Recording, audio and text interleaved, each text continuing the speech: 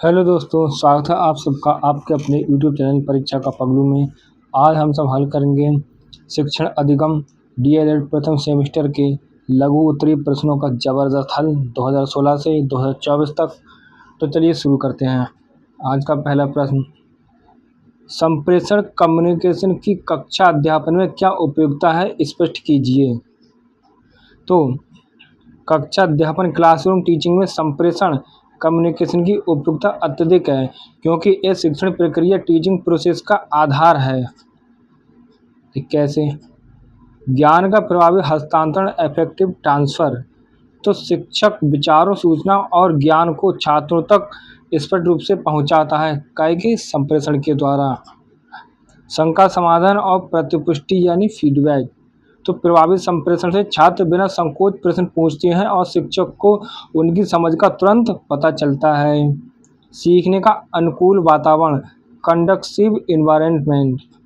तो ये शिक्षक और छात्रों के बीच एक सकारात्मक, सहयोगी और सक्रिय अंतःक्रिया इंटरेक्शन का निर्माण करता है। कौन? संप्रेषण।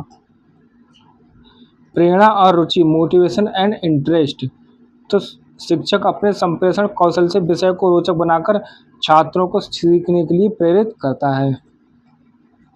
अगला प्रश्न, शिक्षण प्रक्रिया में शिक्षण सूत्रों, मैगजीम्स ऑफ टीचिंग का क्या महत्व है, संक्षेप में लिखिए। तो देखिए, शिक्षण सूत्र, मैगजीम्स ऑफ टीचिंग, वे मार्गदर्शक सिद्धांत, गाइडिंग प्रिंसिपल्स हैं जो शिक्षण प्रक्रिया को वैज्ञानिक, मनोवैज्ञानिक और प्रभावी बनाते हैं। देखिए, सरलता, सिंप्लिसिटी। तो ये शिक्षण को सरल से कठिन, ज्ञात से अज्ञात और मूर्त, कंक्रीट से अमूर्त, एब्स्ट्रैक्ट की ओर ले जाते हैं। कौन? शिक्षण सूत्र, जिससे छात्र आसानी से सीखते हैं। मनोवैज्ञानिक आधार, साइकोलॉजिकल बेसिस। तो ये छात्रों की रुचि, क्षमता और पूर्व ज्ञान को ध्यान में रखकर शिक्षण की दिशा तय करते हैं। स्पष्टता और क्रमबद्धता, क्लैरिटी एंड सीक्वेंस। तो शिक्षण सूत्र शिक्षण को व्यवस्थित और तार्किक, लॉजिकल बनाते हैं, जिससे ज्ञान की स्पष्ट समझ विकसित होती है। सार्थकता, रिलेवेंस। तो शिक्षण सूत्र शिक्षक को क्या, कैसे पढ़ाना है, इसके लिए सही तरीका बताते हैं, जिससे शिक्षण उद्देश्य, टीचिंग ऑब्जेक्टिव्स पूरे होते हैं। अगला प्रश्न, प्रयोग प्रदर्शन युक्ति, डिमोन्स्ट्रेशन मेथड से आप क्या समझते हैं, स्पष्ट कीजिए। तो देखिए, प्रयोग प्रदर्शन युक्ति, डेमोन्स्ट्रेशन मेथड वह शिक्षण विधि, टीचिंग मेथड है जिसमें शिक्षक स्वयं किसी प्रयोग, प्रक्रिया या सिद्धांत, प्रिंसिपल को छात्रों के सामने रखता है और छात्र उसे ध्यानपूर्वक देखते हैं, समझते हैं और निष्कर्ष, कंक्लूजन निकालते हैं। इसकी उपयोगिता देखिए, प्रयोग प्रदर्शन युक्ति की। मूर्त, कंक्रीट नॉलेज। तो अमूर्त, एब्स्ट्रैक्ट या जटिल, कॉम्प्लेक्स अवधारणा को, कॉन्सेप्ट को दृश्य, विजुअल और क्रियात्मक, एक्शन बेस्ड रूप से समझने में मदद मिलती है। रुचि और जिज्ञासा, इंटरेस्ट एंड क्यूरियोसिटी। तो छात्रों में विषय के प्रति रुचि और वैज्ञानिक दृष्टिकोण, साइंटिफिक एटीट्यूड विकसित होता है। समय और संसाधन, रिसोर्स की बचत। तो यह विधि प्रयोगशाला और संसाधनों की कमी होने पर भी महत्वपूर्ण प्रयोगों को एक साथ कई छात्रों को दिखाने में सहायक है। कौन सी? प्रयोग प्रदर्शन विधि। अगला प्रश्न, बाल केंद्रित शिक्षण, चाइल्ड सेंटर्ड टीचिंग तथा शिक्षक केंद्रित शिक्षण, टीचर सेंटर्ड टीचिंग में क्या अंतर, स्पष्ट कीजिए। देखिए, बाल केंद्रित शिक्षण क्या है? Child centred teaching. इस शिक्षण पद्धति में शिक्षण का केंद्र बालक मतलब स्टूडेंट होता है। बालक की रुचि, आवश्यकताएं, अनुभव और क्षमताएं शिक्षण की योजना का आधार बनती हैं। शिक्षक मार्गदर्शक, गाइड की भूमिका निभाता है। शिक्षक केंद्रित शिक्षण, टीचर सेंटर्ड टीचिंग। तो इस पद्धति में शिक्षण का केंद्र शिक्षक, टीचर होता है। शिक्षक ही ज्ञान का स्रोत माना जाता है और विद्यार्थियों को केवल सुनने व याद करने का कार्य कराना होता है। ये शिक्षक प्रमुख, यहाँ पर क्या होता है, शिक्षक प्रमुख भूमिका में रहता है। क्या में? शिक्षक केंद्रित शिक्षण में। और बहुकक्षा शिक्षण, मल्टीग्रेड टीचिंग क्या है, इस शिक्षण में इसकी उपयोगिता पर प्रकाश डालिए।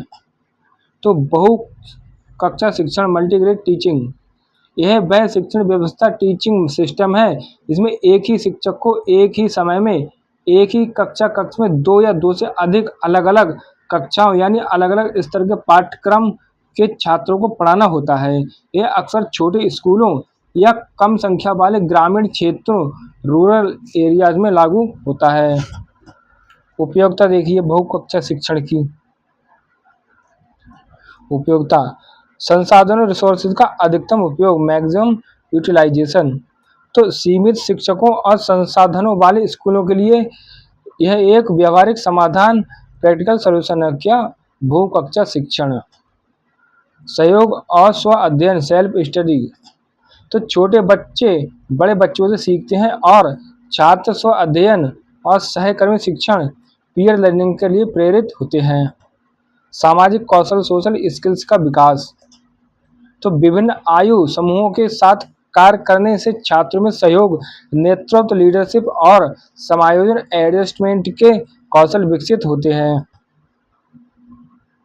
अगला प्रश्न देखिए शिक्षण कौशल और टीचिंग स्किल्स के एकीकरण इंटीग्रेशन का क्या अर्थ है। कक्षा शिक्षण में इसकी उपयोगिता स्पष्ट कीजिए। तो शिक्षण कौशलों के एकीकरण इंटीग्रेशन ऑफ टीचिंग स्किल्स का अर्थ।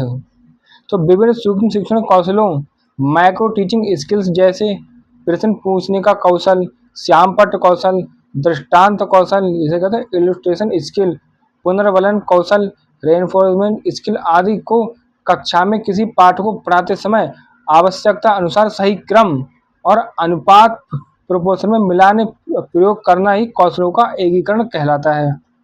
कक्षा शिक्षण में इसका देखिए उपयोगिता क्या है। स्वाभाविकता नेचुरलनेस। तो एकीकृत शिक्षण कृत्रिमता आर्टिफिशियलिटी को दूर कर कक्षा शिक्षण को स्वाभाविक और जीवंत बनाता है। प्रभावी पाठ प्रस्तुति इफेक्टिव लेसन प्रेजेंटेशन। तो विभिन्न कौशलों को सही मिश्रण से पाठ की शुरुआत प्रस्तुति और समापन भी प्रभावी ढंग से होती है। उद्देश्यों की पूर्ति फुलफिलमेंट ऑफ ऑब्जेक्टिव्स। तो शिक्षक सभी कौशलों का उचित उपयोग करके शिक्षण के सभी निर्धारित उद्देश्यों ज्ञान बोध अनुप्रयोग नॉलेज अंडरस्टैंडिंग एप्लीकेशन को सफलतापूर्वक प्राप्त कर पाता है। अगला प्रश्न अपेक्षित अधिगम स्तर expected level of learning ELL की प्राप्ति हेतु किए गए प्रयासों को समझाइए। तो देखिए अपेक्षित अधिगम स्तर expected level of learning ELL का अर्थ है कि किसी विशेष कक्षा या स्तर के छात्र से किसी विषय में न्यूनतम रूप से जितनी दक्षता कॉम्पिटेंसी या ज्ञान की अपेक्षा की जाती है। मतलब कोई कक्षा 2 में विद्यार्थी है तो हमसे अपेक्षा क्या करते हैं, उसे कक्षा 2 का तो कम से कम आता ही होगा। तो ये अपेक्षित अधिगम स्तर एक्सपेक्टेड लर्निंग स्तर हो गया, ठीक है, लर्निंग लेवल। आगे देखिए क्या है प्राप्ति हेतु किए गए प्रमुख प्रयास मेजर एफर्ट्स। तो पाठ्यक्रम का पुनर्निर्धारण रेंडरमिनेशन ऑफ करिकुलम ये सुनिश्चित करना है कि पाठ्यक्रम में केवल आवश्यक और मूलभूत दक्षताओं फंडामेंटल कॉम्पिटेंसीज को शामिल किया जाए, ठीक है। सतत एवं व्यापक मूल्यांकन तो continuous and comprehensive evaluation CCE छात्रों की प्रगति का लगातार मूल्यांकन करना और कमजोरियों को पहचान कर तुरंत उपचारात्मक शिक्षण रेमेडियल टीचिंग देना।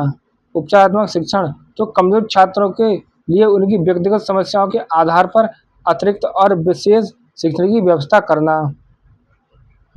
टीचिंग लर्निंग मटेरियल TLM का उपयोग तो शिक्षण को रोचक और प्रभावी बनाने के लिए शिक्षण सहायक सामग्री का उपयोग करना। शिक्षक प्रशिक्षण टीचर ट्रेनिंग शिक्षकों को अपेक्षित अधिगम स्तर आधारित शिक्षण की विधियों और मूल्यांकन तरीकों एवेल्यूएशन टेक्निक्स में प्रशिक्षित करना। अगला प्रश्न देखिए क्या है शिक्षण अधिगम सामग्री टीचिंग लर्निंग मटेरियल TLM से आप क्या समझते हैं। शिक्षण में दृश्य उपकरणों विजुअल एड्स की उपयोगिता को स्पष्ट कीजिए।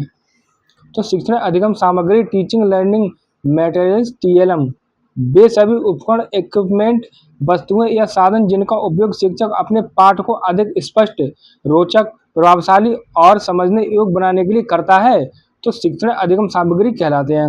जैसे मॉडल हो गया, चार्ट हो गया, मानचित्र, प्रोजेक्टर आदि और भी बहुत सारी चीज़ें हो गई।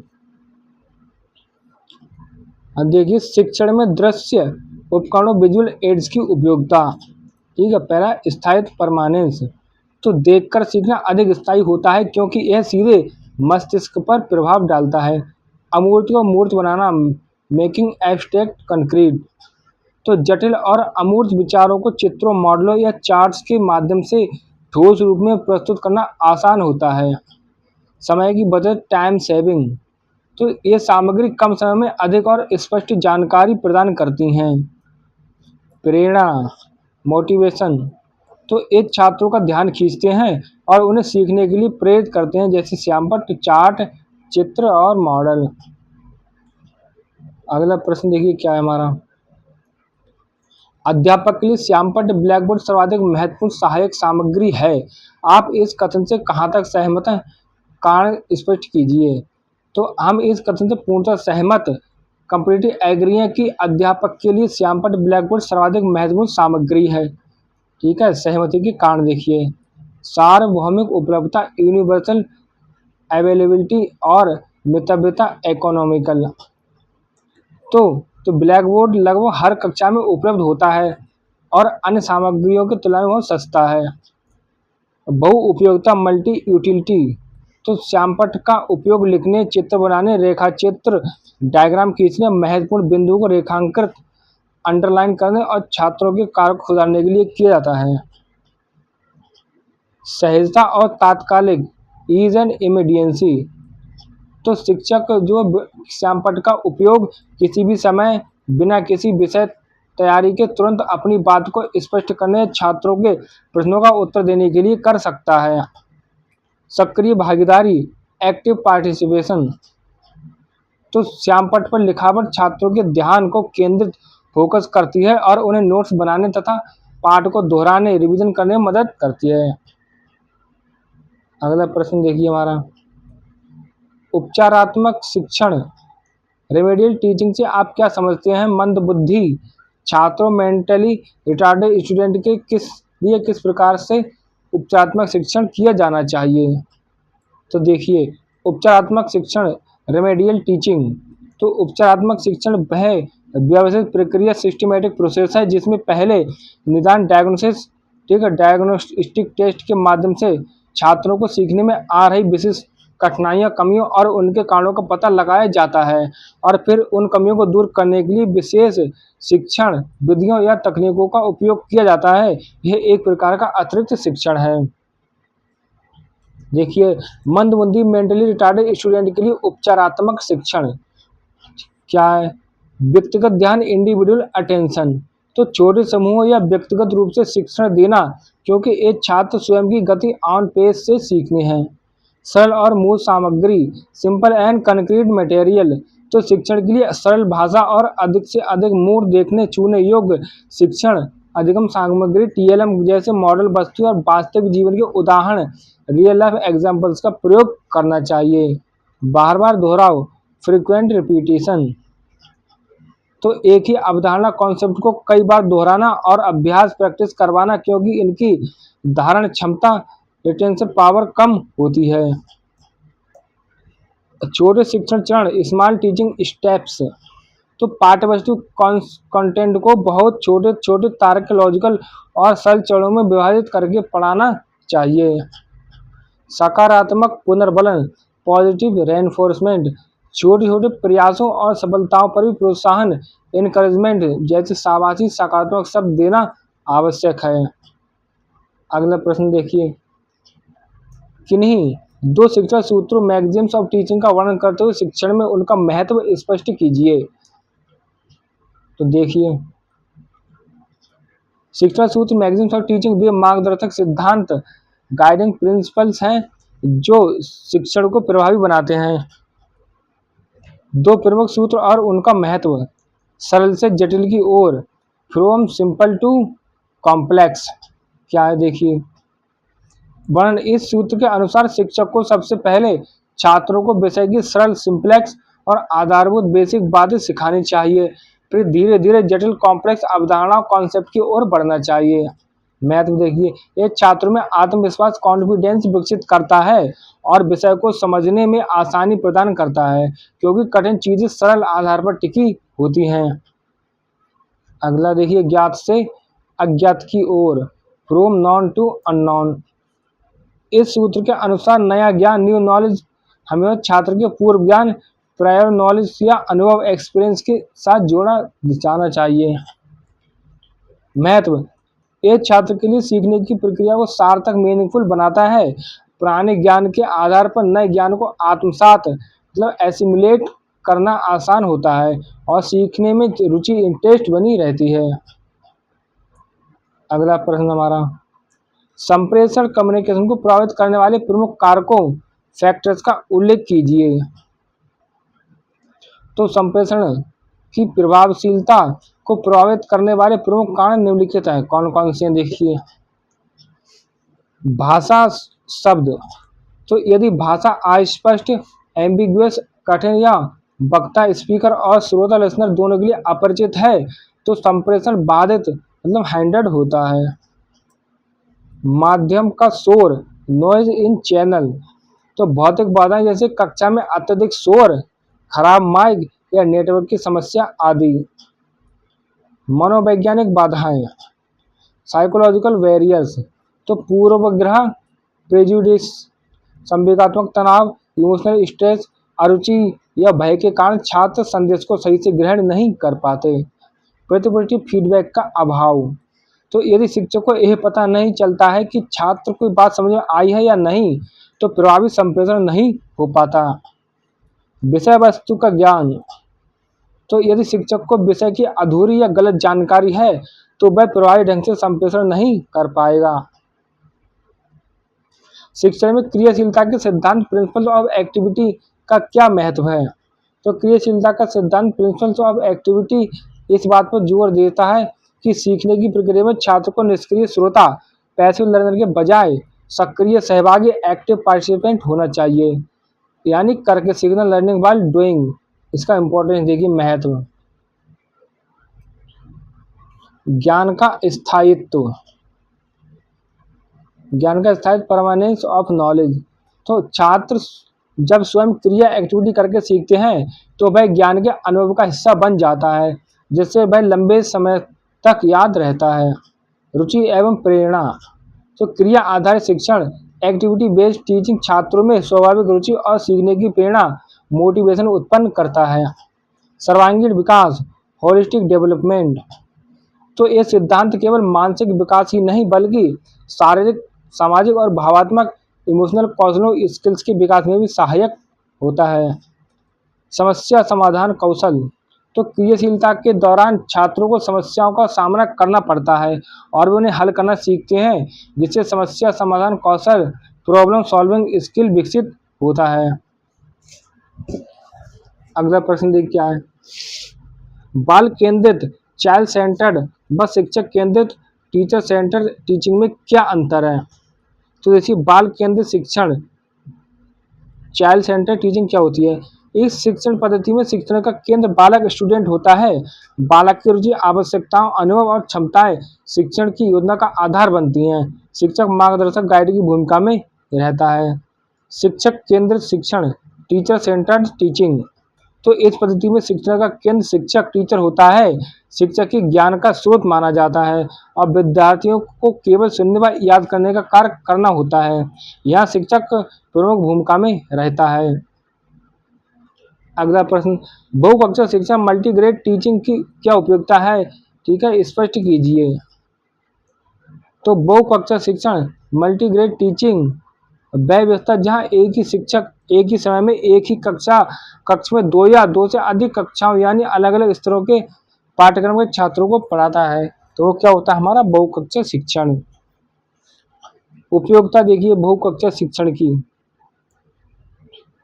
मानव संसाधन का कुशल उपयोग, efficient use of man power, तो यहाँ वहाँ आवश्यक है जहाँ शिक्षकों की संख्या, टीचर पीपल रेशियो कम है, जैसे छोटे ग्रामीण स्कूल। ये पता कहाँ पर आवश्यक है, जहाँ पर बच्चे बहुत कम होते हैं। सहयोगी अधिगम, कोऑपरेटिव लर्निंग, तो बड़े छात्र छोटे छात्रों की मदद करते हैं। सहकर्मी शिक्षण पीयर लर्निंग, जिससे सभी का ज्ञान सुदृढ़ स्ट्रेंथन हो जाता है। स्व अध्ययन कौशल सेल्फ स्टडी स्किल्स, तो जब शिक्षक एक समूह को पढ़ा रहा होता है तो दूसरा समूह अपने गति ऑन पेज का स्व अध्ययन या अभ्यास करता है, जिससे उनमें स्वावलंबन सेल्फ रिलायंस आता है। समय सारणी का समायोजन एडजस्टमेंट ऑफ टाइम टेबल, तो सीमित संसाधनों में भी पाठ्यक्रम सिलेबस को पूरा करने में लचीला फ्लेक्सिबिलिटी प्रदान करता है। अगला प्रश्न हमारा, पुनर्वलन कौशल रेनफोर्समेंट स्किल का क्या अर्थ है? शिक्षण में पुनर्वलन का क्या महत्व है? तो पुनर्वलन कौशल रेनफोर्समेंट स्किल का अर्थ, तो पुनर्वलन रेनफोर्समेंट का अर्थ है कि छात्र के किसी सही उत्तर या वांछित व्यवहार डिजायर्ड बिहेवियर के लिए उसे प्रोत्साहन एनकरेजमेंट देना, ताकि वह भविष्य में उस क्रिया को दोहराए। पुनर्वलन कौशल में सकारात्मक पॉजिटिव जैसे शाबाशी देना, मुस्कुराना, और नकारात्मक जैसे अनदेखी करना, दोनों प्रकार के पुनर्वलन का उचित उपयोग शामिल है। शिक्षण में पुनर्वलन का महत्व देखिए, तो सक्रिय भागीदारी एक्टिव पार्टिसिपेशन, तो सकारात्मक पुनर्वलन छात्रों को कक्षा में सक्रिय रूप से भाग लेने की प्रेरित करता है। वांछित व्यवहार को बढ़ावा, तो ये छात्रों में अनुशासन, डिसिप्लिन, समय पालन और स्वस्थ प्रतिस्पर्धा हेल्दी कंपटीशन जैसे वांछित गुणों को प्रोत्साहित करता है। आत्मविश्वास में वृद्धि, तो शिक्षक के शिक्षक से प्रशंसा प्रेरित पाकर छात्रों का आत्मविश्वास सेल्फ कॉन्फिडेंस बढ़ता है और वे कठिन कार्यों को करने के लिए प्रेरित होते हैं। त्रुटियों में सुधार, नकारात्मक पुनर्वलन जैसे अनदेखी करना अवांछित व्यवहार को कम करने में सहायक है। अगला प्रश्न हमारा, गतिविधि आधारित शिक्षण एक्टिविटी बेस्ड टीचिंग की उपयोगिता का महत्व उल्लेख कीजिए। तो गतिविधि आधारित शिक्षण एक्टिविटी बेस्ड टीचिंग वह उपागम अप्रोच है जहाँ सीखने की प्रक्रिया में छात्रों को विभिन्न क्रियाकलापों एक्टिविटीज के माध्यम से ज्ञान प्राप्त करने का अवसर दिया जाता है। उपयोगिता और महत्व, आनंददायक अधिगम जॉयफुल लर्निंग, तो ये शिक्षकों को नीरस बोरिंग होने से बचाता है और बच्चों के लिए खेल खेल में सीखने लर्निंग विद प्लेइंग का अनुभव प्रदान करता है। अवधारणाओं की स्पष्टता क्लैरिटी ऑफ कॉन्सेप्ट, तो करके सीखने लर्निंग बाय डूइंग सिद्धांत पर आधारित होने के कारण ये अवधारणाओं को सैद्धांतिक थ्योरेटिकल के बजाय व्यवहारिक प्रैक्टिकल रूप से स्पष्ट करता है। तो क्रियात्मक कौशलों का विकास डेवलपमेंट ऑफ मोटर स्किल्स, तो गतिविधियों के माध्यम से छात्रों के शारीरिक और क्रियात्मक कौशल विकसित होते हैं। रखने से मुक्ति फ्रीडम फ्रॉम लर्निंग, तो छात्र तथ्यों को रखने के बजाय समझते हैं, जिससे ज्ञान का स्थायित्व परमानेंस बढ़ता है।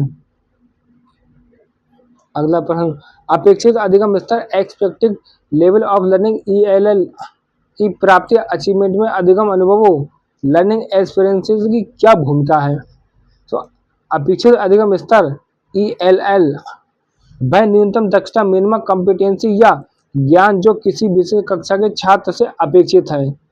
अधिगम अनुभवों की भूमिका तो देखिए, प्रत्यक्ष अनुभव डायरेक्ट एक्सपीरियंस, तो अधिगम अनुभव छात्रों को विषय वस्तु से सीधे जोड़ते हैं। ठीक है, तो यदि छात्र को उसकी आवश्यकता के अनुरूप एप्रोप्रिएट और प्रत्यक्ष अनुभव जैसे प्रयोग भ्रमण प्रदान किए जाते हैं तो अपेक्षित दक्षताएं कॉम्पिटेंसीज आसानी से प्राप्त हो जाती हैं। दक्षता केंद्रित अनुभव, तो अधिगम अनुभव ऐसे होने चाहिए सीधे अपेक्षित अनुभव, तो अपेक्षित अधिगम स्तर ELL में उल्लेखित दक्षताओं स्किल्स पर केंद्रित हो, ना कि केवल सैद्धांतिक ज्ञान पर। बहुसंवेदी अधिगम मल्टी सेंसरी लर्निंग, तो अधिगम अनुभवों में विभिन्न इंद्रिय सेंसेस को देखना, सुनना, छूना का प्रयोग शामिल होना चाहिए, जैसे TLM का उपयोग, जिससे विषय की समझ गहरी होती है और न्यूनतम स्तर को प्राप्त करना आसान होता है। पुनरावृत्ति रिपीटेशन का अवसर, तो अधिगम अनुभवों को इस तरह भी डिजाइन किया जाना चाहिए कि छात्र बार बार अभ्यास और पुनरावृत्ति का अवसर मिले, जो ELL की प्राप्ति के लिए महत्वपूर्ण है। अगला प्रश्न, दूरदर्शन टेलीविजन का शिक्षा में क्या महत्व है? तो देखिए, दूरदर्शन टेलीविजन का शिक्षा में महत्व क्या है? दूरदर्शन टेलीविजन एक प्रभावशाली दृश्य सामग्री ऑडियो विजुअल एड्स है जिसका शिक्षा में अत्यधिक महत्व ग्रेट इम्पोर्टेंस है। सार्वभौमिक फौज यूनिवर्सल एक्सेस, तो दूर दराज के क्षेत्र में रिमोट एक्सेस, ठीक है, रिमोट एरिया जो होते हैं वहां तक शिक्षा सामग्री पहुंचाना क्या दूरदर्शन का काम होता है। ठीक है, शिक्षा सामग्री एजुकेशन कंटेंट पहुंचाने का एक सशक्त माध्यम होता है, कौन, जैसे ज्ञान दर्शन चैनल। तो सार्वभौमिक पहुंच यूनिवर्सल एक्सेस, तो दूरदराज के क्षेत्र होते हैं वहां पर दूरदर्शन के मतलब टीवी होती है, उसे हिंदी में दूरदर्शन कहते हैं। तो दूरदर्शन चैनल तो अलग है लेकिन टीवी को ही हम हिंदी में दूरदर्शन कहते हैं। दक्ष शिक्षकों की उपलब्धता, दूरदर्शन के माध्यम से देश के सर्वश्रेष्ठ शिक्षक बड़ी संख्या में छात्रों को एक साथ पढ़ा सकते हैं। रोचकता, इंटरेस्ट और प्रेरणा, तो एक केवल सुनने के बजाय देखने की सुविधा देता है जिससे विषय रोचक इंटरेस्टिंग बन जाता है और छात्र सीखने के लिए प्रेरित होते हैं। अमूर्त को मूर्त बनाना, तो जटिल वैज्ञानिक प्रयोगों, ऐतिहासिक घटनाओं, हिस्टोरिकल इवेंट्स या भौगोलिक ज्योग्राफिकल, ठीक है, स्थानों को दृश्य रूप से प्रस्तुत करके अमूर्त एब्स्ट्रैक्ट अवधारणाओं को मूर्त कंक्रीट बनाना आसान हो जाता है। ठीक है, अगला प्रश्न देखिए क्या हमारा,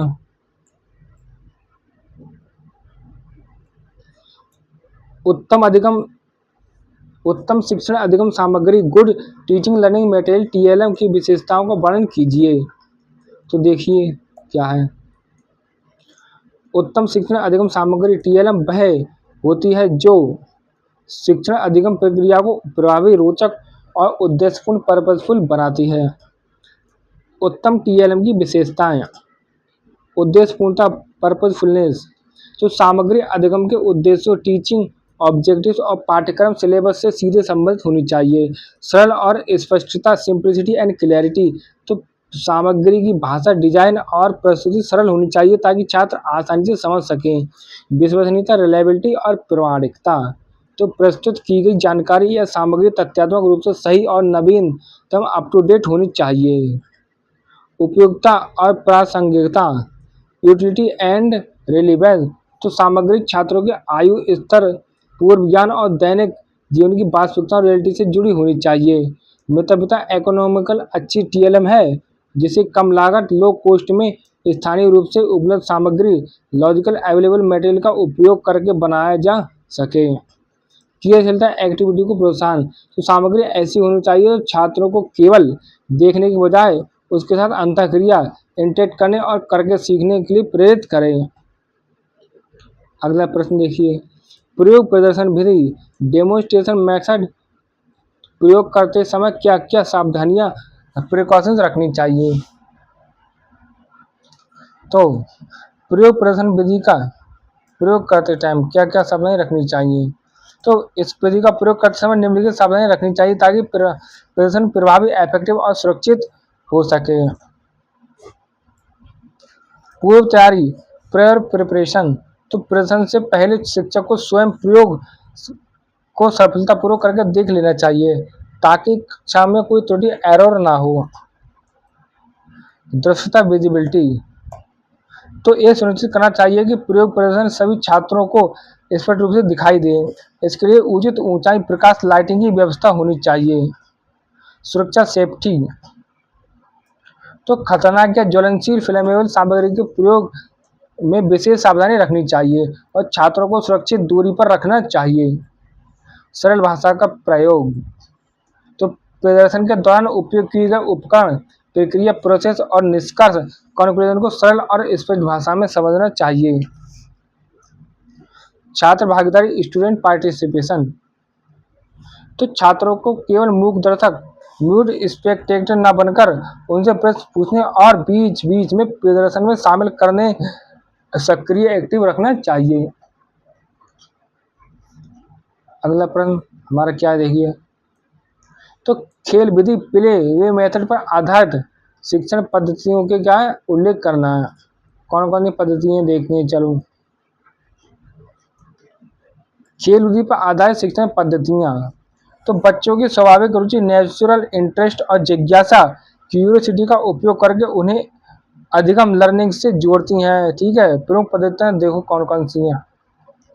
किंडरगार्टन विधि, किंडरगार्टन मेथड, तो फ्रॉबेल द्वारा इस पद्धति में उपहारों, गिफ्ट, ठोस वस्तुएं और व्यवसायों, ऑक्यूपेशन गतिविधि जैसे गाना, चित्रकला के माध्यम से बच्चों को खेल खेल में सिखाया जाता है। मॉन्टेसी विधि, मॉन्टेसी मेथड, तो मारिया मॉन्टेसी द्वारा इसमें इंद्रियों, सेंसेस के प्रशिक्षण पर जोर दिया जाता है। बच्चे स्वयं सीखने के लिए विशिष्ट शिक्षण सामग्री, स्पेसिफिक टीएलएम का उपयोग करते हैं। डाल्टन योजना, डाल्टन प्लान, तो हेलन पार्कट द्वारा इसमें कठोर समय सामग्री, रिजिड टाइम टेबल के बजाय छात्रों को कार्य, यूनिक वर्क यूनिट या असाइनमेंट के लिए दिए जाते हैं, जिससे भी अपनी ऑन पेस और रुचि के अनुसार लाइब्रेरी में, प्रयोगशाला में रहकर पूरा करें।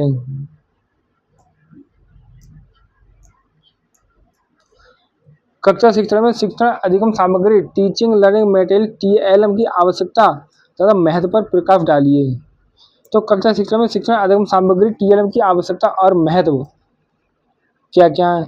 अधिगम को सरल बनाना, सिंप्लीफाइंग लर्निंग, तो टीएलएम अमूर्त एब्स्ट्रैक्ट विचारों को मूर्त कॉन्क्रीट रूप में प्रस्तुत करके जटिल कॉम्प्लेक्स अवधारणा कॉन्सेप्ट को समझने में मदद करती है।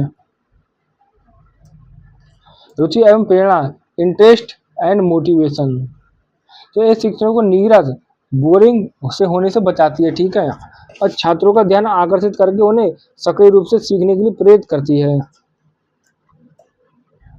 ज्ञान का स्थायित्व, परमानेंस ऑफ नॉलेज, तो दृश्य सामग्री, दृश्य श्रव्य सामग्री होती है, ऑडियो विजुअल एड्स, तो सामग्री का उपयोग करके ज्ञान का अनुभव प्रत्यक्ष डायरेक्ट होता है, जिससे भाई लंबे समय तक स्मृति में बना रहता है।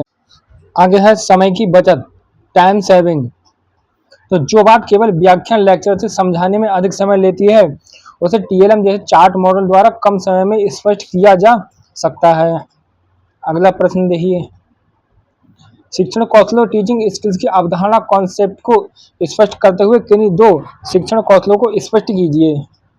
तो शिक्षण कौशलों की अवधारणा, शिक्षण कौशल टीचिंग स्किल से तात्पर्य उन विशिष्ट क्रियाओं, स्पेसिफिक एक्शंस या व्यवहारों से है जिन्हें शिक्षक शिक्षण प्रक्रिया को प्रभावी, व्यवस्थित, सिस्टमेटिक और आकर्षक एंगेजिंग बनाने के लिए प्रयोग करता है।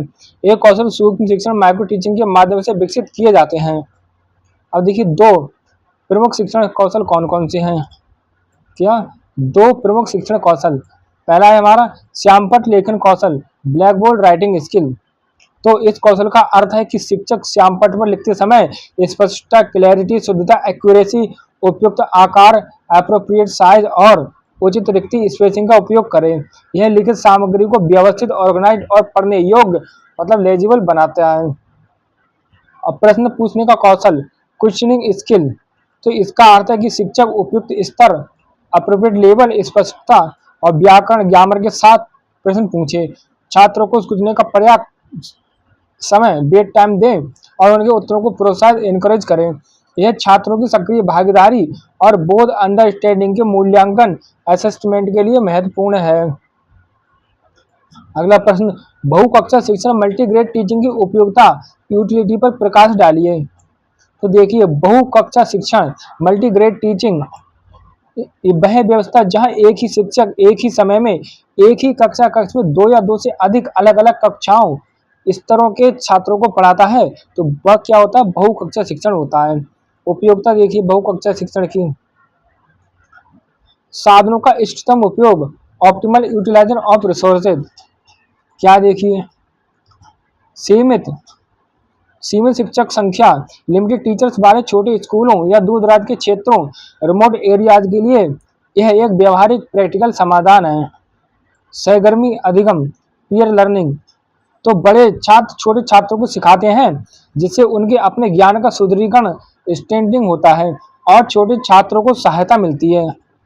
और अगला बहुकक्षा शिक्षण का उपयोगिता देखिए, स्व अध्ययन को बढ़ावा, प्रोमोटिंग सेल्फ स्टडी, तो जब शिक्षक एक समूह के साथ काम करता है तो अन्य समूह को स्वतंत्र रूप से इंडिपेंडेंटली कार्य करने या अभ्यास प्रैक्टिस करने का अवसर मिलता है, जिससे स्व अध्ययन की आदत विकसित हो जाती है। और बहु कक्षा शिक्षण की दूसरा देखिए उपयोगिता क्या है। सामाजिक कौशल सोशल स्किल का विकास। विभिन्न आयु और कक्षा के छात्रों के साथ काम करने से उनमें सहयोग, नेतृत्व, लीडरशिप और समायोजन एडजस्टमेंट जैसे सामाजिक कौशल विकसित होते हैं। अगला प्रश्न, शिक्षण प्रविधियों टीचिंग टेक्निक्स की कक्षा शिक्षण में क्या उपयोगिता है, स्पष्ट कीजिए। तो शिक्षण प्रविधियां टीचिंग टेक्निक्स बेस विशिष्ट युक्तियां, स्पेसिफिक ट्रिक्स या कार्यप्रणाली हैं जिनका उपयोग शिक्षक शिक्षण विधि टीचिंग मेथड के भीतर ही पाठ्य वस्तु कंटेंट को प्रस्तुत करने और छात्रों को क्या करते हैं, प्रेरित मोटिवेट करने के लिए करता है। और शिक्षण प्रविधियों की उपयोगिता देखिए कक्षा कहाँ पर, कक्षा शिक्षण में विषय को रोचक बनाना, मेकिंग सब्जेक्ट इंटरेस्टिंग। तो प्रविधियां जैसे कहानी सुनाना, प्रश्नोत्तर शिक्षण को नीरस व्याख्यान मतलब बोरिंग लेक्चर से बचाती हैं। स्पष्टीकरण क्लैरिफिकेशन, तो ये शिक्षक को दृष्टांत इलिस्ट्रेशन उदाहरण एग्जाम्पल्स या तुलना कंपैरिजन जैसी प्रविधियों का उपयोग करके जटिल बातों को स्पष्ट करने में मदद करती हैं।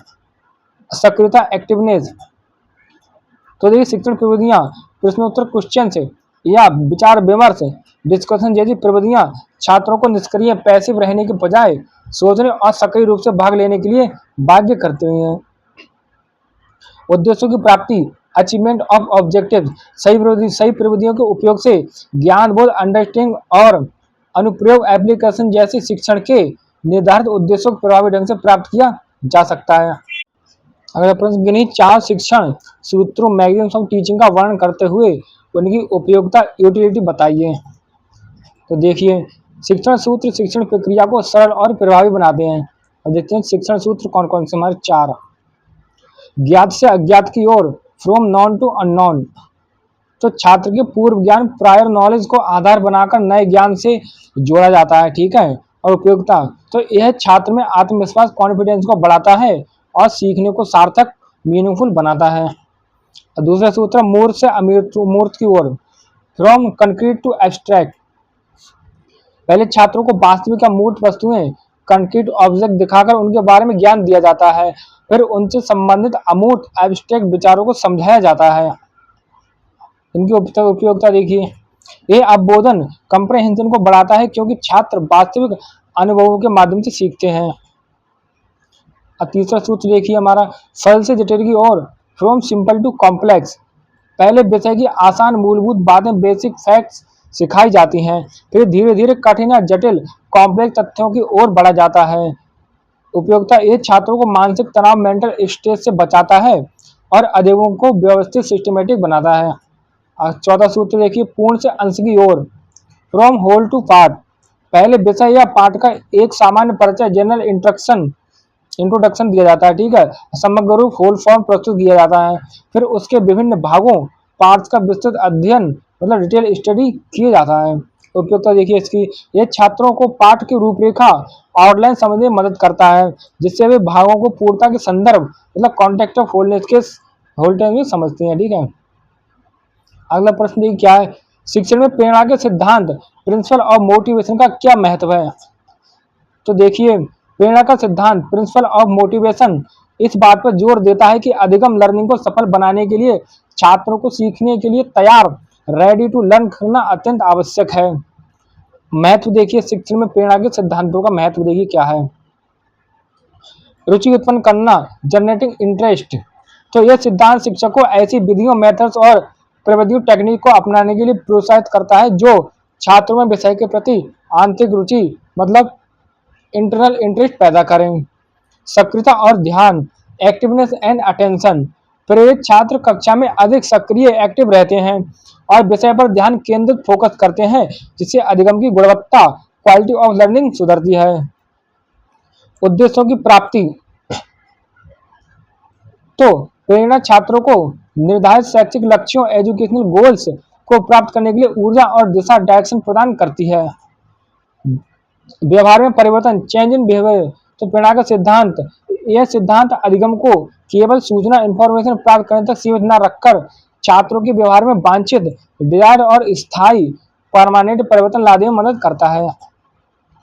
अगला प्रश्न देखिए, कक्षा संप्रेषण क्लासरूम कम्युनिकेशन में प्रभावशीलता इफेक्टिवनेस किन किन तरीकों पर निर्भर करती है? तो देखिए, कक्षा संप्रेषण में प्रभावशीलता निम्नलिखित तरीकों फैक्टर्स पर निर्भर करती है। कौन कौन से फैक्टर्स हैं? देखिए, स्पष्टता और सटीकता, क्लैरिटी एंड एक्यूरेसी। तो शिक्षक द्वारा उपयोग की गई भाषा सरल, स्पष्ट और तथ्यात्मक रूप से सही मतलब फैक्चुअली करेक्ट होनी चाहिए। प्रतिपुष्टि फीडबैक, तो छात्र की ओर से तत्काल इमीडिएट और उचित प्रतिपुष्टि जैसे प्रश्नोत्तर हाव भाव प्राप्त होने पर संप्रेषण प्रभावी माना जाता है। गैर मौखिक संकेत, नॉन वर्बल क्यूज देखिए क्या है? शिक्षक के उचित हाव भाव, गेस्चर्स, मुखाभिव्यक्ति, फेशियल एक्सप्रेशन और आंख से संपर्क, आई कांटेक्ट से संदेश की स्पष्टता बढ़ती है।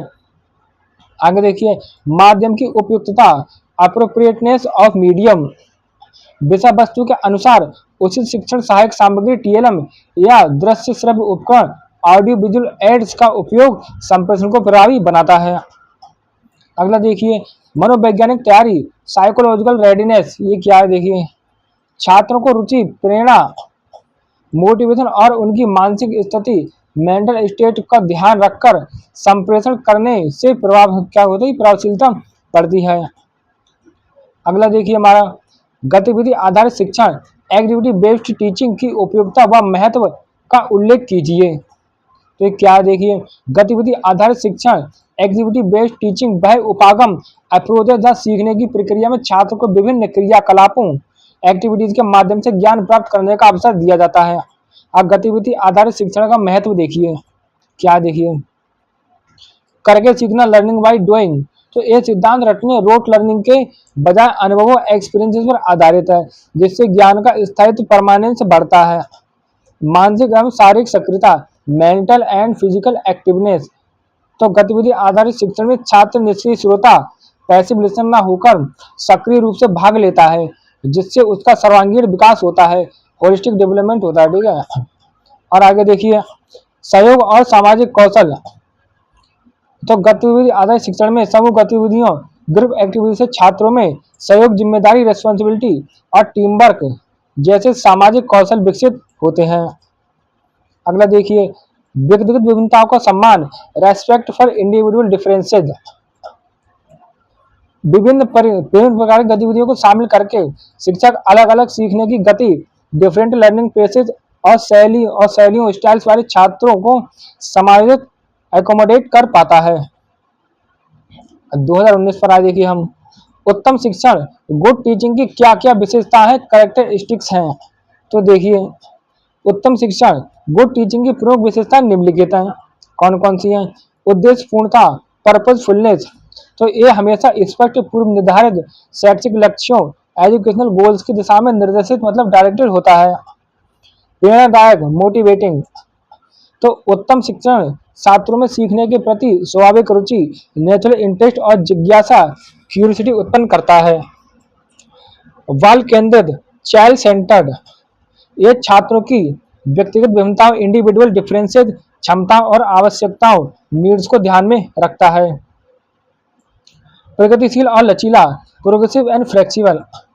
ये नवीन विधियों, न्यू मेथड को अपनाता है और परिस्थितियों के अनुसार अपनी योजना में बदला मतलब मॉडिफिकेशन करने की अनुमति देता है। नैदानिक एवं उपचारात्मक, डायग्नोस्टिक एंड रेमेडियल। तो ये छात्रों की सीखने की कठिनाइयों, डिफिकल्टीज का पता लगाता है, निदान और उन्हें दूर करने के लिए विशेष उपचार करता है। ठीक है। अगला प्रश्न देखिए हमारा क्या है? देखिए, संप्रेषण कम्युनिकेशन में बाधक तत्व मतलब बैरियर कौन कौन से हैं? तो देखिए, संप्रेषण कम्युनिकेशन में बाधक तत्व वे कारक हैं जो संदेश मैसेज को प्रभावी ढंग से प्राप्त करता रिसीवर तक पहुंचने से रोकते हैं। तो पहली कौन सी बाधा है? देखिए, भौतिक बाधाएं, फिजिकल बैरियर्स। तो कक्षा में शोर, नॉइज, दूरियां, खराब प्रकाश व्यवस्था, पुअर लाइटिंग या अपर्याप्त उपकरण मतलब इनएडिक्वेट इक्विपमेंट आदि। और दूसरी देखो बैरियर क्या है मतलब बाधा, भाषाई बाधाएं, लिंग्विस्टिक बैरियर्स। तो शिक्षक और छात्रों के बीच भाषा, शब्दावली, वोकेबुलरी या उच्चारण, प्रोनाउंसिएशन में अंतर, जिससे संदेश अस्पष्ट अनक्लियर हो जाता है। मनोवैज्ञानिक बाधाएं, साइकोलॉजिकल बैरियर्स। तो देखिए छात्र का भावात्मक तनाव, इमोशनल स्ट्रेस, पूर्वाग्रह मतलब प्रेजुडाइज, अरुचि, लैक ऑफ इंटरेस्ट या शिक्षक के प्रति भय। तो ये हमारी हो गई क्या भाषाई बाधाएं। माध्यम की अनुपयुक्तता, देखिए क्या है, इन एप्रोप्रिएटनेस ऑफ मीडियम। तो गलत संप्रेषण माध्यम, जैसे जहाँ चित्र आवश्यक हो वहाँ केवल मौखिक व्याख्यान देना का चुनाव करना। अगर क्या देखिए, अस्पष्ट प्रतिपुष्टि, अनक्लियर फीडबैक। यदि प्राप्तकर्ता सही या पर्याप्त प्रतिपुष्टि नहीं देता है तो संप्रेषण अधूरा मतलब इनकम्प्लीट रहता है। अगला प्रश्न हमारा, शिक्षण में नियोजन के सिद्धांत प्रिंसिपल ऑफ प्लानिंग से आप क्या समझते हैं। तो शिक्षण में नियोजन का सिद्धांत प्रिंसिपल ऑफ प्लानिंग का अर्थ है कि कक्षा में शिक्षण कार्य शुरू करने से पहले शिक्षक द्वारा उद्देश्यों, ऑब्जेक्टिव, विषय वस्तु, कंटेंट और विधियों, सहायक सामग्री टीएलएम और मूल्यांकन एवोल्यूशन की प्रक्रिया का एक व्यवस्थित और अग्रिम एडवांस खाका ब्लूप्रिंट तैयार करना। मैथ देखिए इसका क्या है, देखिए तो ये सिद्धांत शिक्षण को दिशा, डायरेक्शन प्रदान करता है, समय की बर्बादी, वेस्टेज ऑफ टाइम को रोकता है और यह सुनिश्चित करता है कि सभी निर्धारित शैक्षिक लक्ष्यों, एजुकेशनल गोल्स को क्रमबद्ध सिस्टमेटिकली तरीके से प्राप्त किया जा सके। प्रभावी पाठ्य योजना, लेसन प्लान इसी सिद्धांत पर आधारित है। अगला प्रश्न हमारा क्या देखिए, पूर्ण से अंश की ओर, फ्रॉम होल टू पार्ट शिक्षण सूत्र को सोदाहरण विद एग्जाम्पल समझाइए। तो देखिए पूर्ण से अंश की ओर, फ्रॉम होल टू पार्ट शिक्षण सूत्र। तो इस सूत्र के अनुसार अधिगम लर्निंग की प्रक्रिया में छात्रों को पहले विषय वस्तु का समग्र रूप, होल पार्ट या सामान्य विचार, जनरल आइडिया प्रस्तुत करना चाहिए और उसके बाद ही उसके विभिन्न भागों, पार्ट या तत्वों का विस्तृत डिटेल अध्ययन कराना चाहिए। एक गेस्टल मनोविज्ञान मतलब गेस्टल साइकोलॉजी पर आधारित है। अब पूर्ण से अंश की ओर का देखिए उदाहरण देखिए, एग्जाम्पल। तो पढ़ाने का तरीका देखिए, यदि शिक्षक शरीर के अंगों, पार्ट्स के बारे में पढ़ा रहा है तो पहले उसे छात्रों का मानव शरीर, जैसे ह्यूमन बॉडी का एक पूरा चित्र या मॉडल दिखाना चाहिए, ठीक है। फिर अंश, तो इसके बाद उसे बारी बारी से आंख, आई, नाक, नोज, हृदय, हार्ट आदि पार्ट्स के कार्य और संरचनाओं को विस्तार से समझाना चाहिए। उपयोगिता, तो इस प्रकार छात्र किसी भी भाग पार्ट को पूरे संदर्भ, कॉन्टेक्स्ट ऑफ द होल में समझ पाते हैं, जिससे उनकी समझ अधिक स्पष्ट और तार्किक होती है। अगला प्रश्न देखिए, समूह चर्चा विधि क्या क्या है, ग्रुप डिस्कशन मेथड के लाभ बताइए। तो समूह चर्चा विधि, ग्रुप डिस्कशन मेथड के प्रमुख लाभ निम्नलिखित हैं। कौन कौन से लाभ हैं, विचारों का आदान प्रदान, एक्सचेंज ऑफ आइडियाज। तो यह छात्रों को विभिन्न दृष्टिकोणों, व्यू पॉइंट से परिचित कराता है और उनके ज्ञान का विस्तार, एक्सपेंशन ऑफ नॉलेज करता है। सक्रिय भागीदारी, एक्टिव पार्टिसिपेशन। तो ये विधि छात्रों को निष्क्रिय श्रोता मतलब पैसिव लर्नर के बजाय सक्रिय रूप से बोलने, तर्क आर्गू करने और विचार व्यक्त करने के लिए प्रेरित करती है। देखिए सामाजिक कौशल का विकास, डेवलपमेंट ऑफ सोशल स्किल। तो देखिए इससे छात्रों में नेतृत्व, लीडरशिप, सहयोग, कोऑपरेशन, सहिष्णुता, टॉलरेंस और दूसरों की बातों को सुनने का कौशल विकसित होता है। अगर देखिए समस्या समाधान, प्रॉब्लम सॉल्विंग। तो सामूहिक बुद्धि, कलेक्टिव विजडम के उपयोग से किसी समस्या का बेहतर समाधान, बेटर सॉल्यूशन खोजने में मदद मिलती है। अगला देखिए, कक्षा शिक्षण करते समय अच्छे प्रश्न, गुड क्वेश्चन की विशेषताएं बताइए। तो कक्षा शिक्षण के दौरान पूछेगा अच्छे प्रश्नों, गुड क्वेश्चन की विशेषताएं, स्पष्टता और संक्षिप्तता, क्लैरिटी एंड कॉन्सियसनेस। तो प्रश्न की भाषा सरल, स्पष्ट और संक्षिप्त होनी चाहिए ताकि वे छात्र उसे आसानी से समझ सकें। उद्देश्यपूर्णता, पर्पजफुलनेस।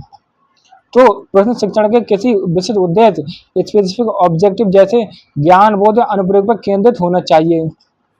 विचार उत्तेजक, थॉट प्रोवोकिंग। प्रश्न ऐसे होने चाहिए जो छात्र को केवल रटे हुए उत्तर देने के बजाय सोचने, विश्लेषण, एनालाइज करने और तर्क रीजन करने के लिए क्या करें, प्रेरित करें।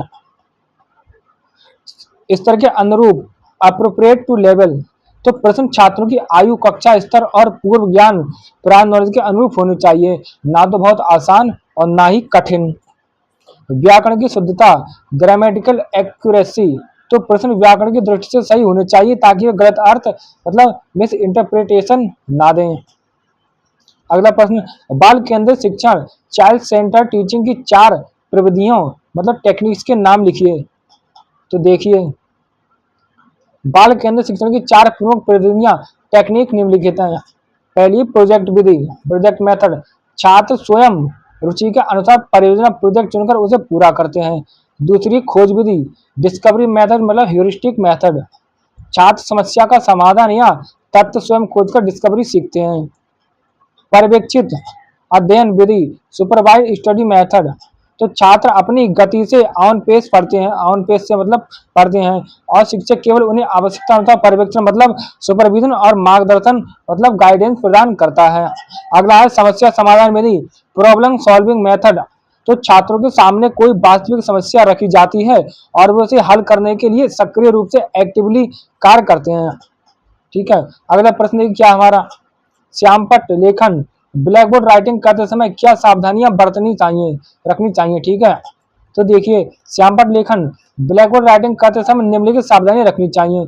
कौन कौन सी हैं देखिए, अक्षरों का आकार, साइज ऑफ लेटर, तो अक्षर इतने बड़े होने चाहिए कि कक्षा में अंतिम पंक्ति लास्ट रो के छात्र भी उन्हें आसानी से पढ़ सकें।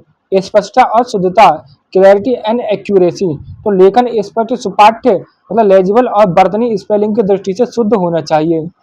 सीधापन और उचित रिक्ति, स्ट्रेटनेस एंड स्पेसिंग, तो लेखन सीधी रेखा स्ट्रेट लाइन में हो और शब्दों तथा पंक्तियों के बीच पर्याप्त व उचित दूरी अप्रोप्रिएट स्पेसिंग होनी चाहिए। अनावश्यक सामग्री को मिटाना, तो केवल प्रासंगिक मतलब रिलेवेंट और आवश्यक बातें ही लिखी जानी चाहिए। पुरानी या अनावश्यक सामग्री को तुरंत मिटा देना चाहिए। अगला शिक्षक की स्थिति, टीचर्स पोस्चर, तो लिखते समय शिक्षक को एक और खड़ा होना चाहिए ताकि वह छात्रों से आंख मिलाता रहे और श्यामपट्ट को पूरी तरह से ना ढके। अगला प्रश्न देखिए, अपेक्षित अधिगम स्तर, एक्सपेक्टेड लेवल ऑफ लर्निंग ईएलएल संप्राप्ति के 4 उपाय लिखिए। तो देखिए अपेक्षित अधिगम स्तर ईएलएल की संप्राप्ति मतलब अचीवमेंट के 4 प्रमुख उपाय मेजर्स निम्नलिखित हैं। कौन कौन से हैं। पहला देखिए हमारा उपचारात्मक शिक्षण, क्या है उपचारात्मक शिक्षण, रेमेडियल टीचिंग, तो कमजोर छात्रों की सीखने की कठिनाइयों लर्निंग डिफिकल्टीज का निदान डायग्नोसिस करके उनके लिए विशेष अतिरिक्त शिक्षण स्पेशल एक्स्ट्रा टीचिंग की व्यवस्था करना। ठीक है, दूसरा क्या देखिए हमारा क्रिया आधारित शिक्षण, एक्टिविटी बेस्ड टीचिंग, तो शिक्षण को सैद्धांतिक थ्योरेटिकल के बजाय गतिविधियों एक्टिविटीज पर आधारित करना जिससे छात्र करके सीखे और ज्ञान स्थायी हो। उचित शिक्षण अधिगम सामग्री अप्रोप्रिएट टीएलएम, तो विषय को सरल और रुचिकर इंटरेस्टिंग बनाने के लिए पर्याप्त मात्रा में और स्तर के अनुरूप शिक्षण सहायक सामग्री टीएलएम का उपयोग करना। सतत और व्यापक मूल्यांकन, continuous and comprehensive evolution CCE.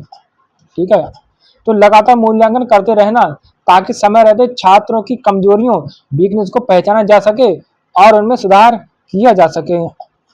अगला प्रश्न देखिए, श्रव्य दृश्य शिक्षण अधिगम सामग्री ऑडियो विजुअल टीएलएम की 4 विशेषताएं लिखिए। तो देखिए श्रव्य दृश्य शिक्षण अधिगम सामग्री ऑडियो विजुअल टीएलएम की 4 प्रमुख विशेषताएं इस प्रकार हैं। पहली विशेषता इंद्रियों की सक्रियता, एक्टिवेशन ऑफ सेंसेज, तो यह देखने विजुअल और सुनने ऑडियो दोनों इंद्रियों का उपयोग करती है जिससे ज्ञान अधिक प्रभावी मतलब मोर इफेक्टिव और स्थायी परमानेंट हो जाता है।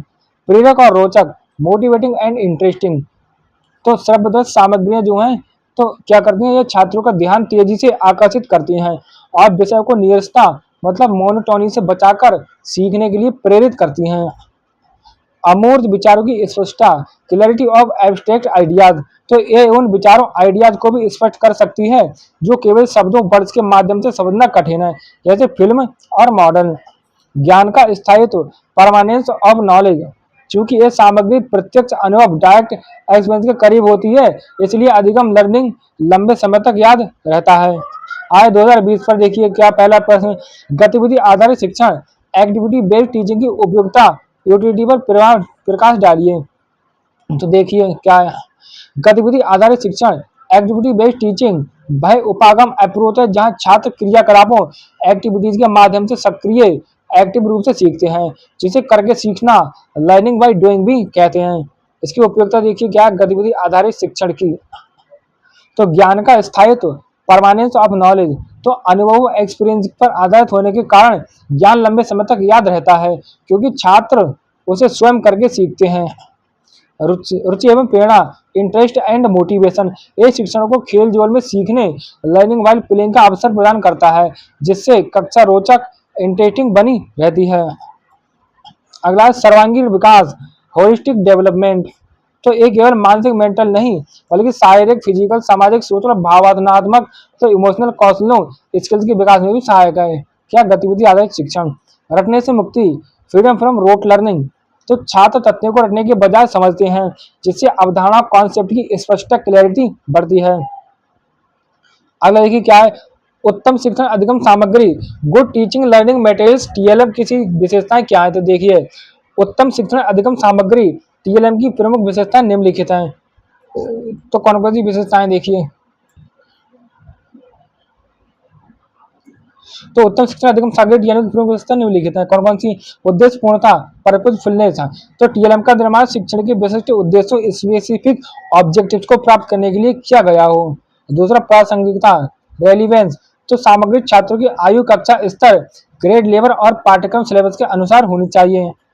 और तीसरी, सरलता और स्पष्टता, सिंप्लिसिटी एंड क्लैरिटी। सामग्री इतनी सरल हो कि छात्र बिना किसी जटिलता, कॉम्प्लेक्सिटी के उसका उपयोग करना सीखें। ठीक है। और अगला मितव्ययता, इकोनॉमिकल। क्या देखिए, अच्छी टीएलएम वह है जिसे कम लागत, लो कॉस्ट में या स्थानीय लोकली रूप से उपलब्ध वस्तुओं से आसानी से बनाया जा सके। अगला क्रियाशीलता को प्रोत्साहन, एनकरेजमेंट ऑफ एक्टिवनेस। ये छात्रों को निष्क्रिय पैसेज के रूप में देखने के बजाय स्वयं उसके साथ अंतःक्रिया इंटेट करने के लिए प्रेरित करें। अगला है खेल विधि, फिलिपी मेथड पर आधारित शिक्षण पद्धतियों, टीचिंग मेथड्स का उल्लेख। तो खेल विधि, फिलिपी मेथड बच्चों की सहज, स्पॉन्टेनियस रुचि और क्रियाशीलता एक्टिविटीज का उपयोग करके उन्हें अधिगम लर्निंग से जोड़ती है। इस पर आधारित प्रमुख पद्धतियां देखिए। पहली क्या देखिए, किंडरगार्टन विधि, किंडरगार्टन मेथड, फ्रोबेल द्वारा इसमें बच्चों को खेल, गीत, सॉन्ग, उपहारों, गिफ्ट और सामूहिक गतिविधियों के माध्यम से शिक्षा दी जाती है। और दूसरी क्या हमारी, दूसरी देखिए मॉन्टेसरी विधि। मॉन्टेसरी विधि में क्या होता है, मारिया मॉन्टेसरी द्वारा विधि दी गई थी। इस पद्धति में बच्चों की इंद्रियां, सेंसेस के प्रशिक्षण में जोर दिया जाता है, जहां वे विशिष्ट उपकरणों, स्पेसिफिक अपैरेटस के साथ स्वयं काम करके सीखते हैं। और तीसरी डॉल्टन योजना, तो हेलेन पार्कस द्वारा दी गई थी। इसमें छात्रों को प्रयोगशाला, लेबोरेटरी या पुस्तकालय लाइब्रेरी में अपनी गति, ऑन पेज से व्यक्तिगत कार्य, असाइनमेंट मतलब वर्क करने की स्वतंत्रता दी जाती है, जिससे वे खेल और रुचि का मिश्रण लाते हैं। अगला प्रश्न हमारा, शिक्षण, टीचिंग तथा प्रशिक्षण ट्रेनिंग में क्या अंतर है, स्पष्ट कीजिए। तो शिक्षण और टीचिंग में देखिए क्या, वो प्रशिक्षण में क्या अंतर है। शिक्षण वह एक प्रक्रिया है जिसके द्वारा शिक्षक विद्यार्थियों को ज्ञान, विचार, मूल्य तथा समझ प्रदान करता है। इसका उद्देश्य बालक का सर्वांगीण विकास करना है। प्रशिक्षण, प्रशिक्षण वह प्रक्रिया जिसमें किसी व्यक्ति को विशेष कार्य, कौशल, स्किल को करने के लिए व्यवहारिक अभ्यास कराया जाता है। इसका उद्देश्य व्यक्ति को कार्यकुशल बनाना होता है। अगला प्रश्न हमारा, पुनर्वलन कौशल, रेनफोर्समेंट स्किल का क्या महत्व है।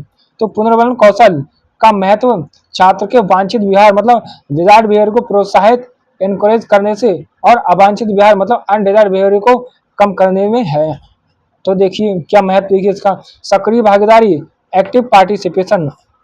तो सकारात्मक पुनर्वलन, पॉजिटिव रेनफोर्समेंट छात्रों को आत्मविश्वास, कॉन्फिडेंस के साथ प्रश्न पूछने और उत्तर देने के लिए प्रेरित करता है। अभिप्रेरणा, मोटिवेशन, तो यह छात्रों को सीखने की आंतरिक प्रेरणा मतलब इंटरनल मोटिवेशन को मजबूत करता है।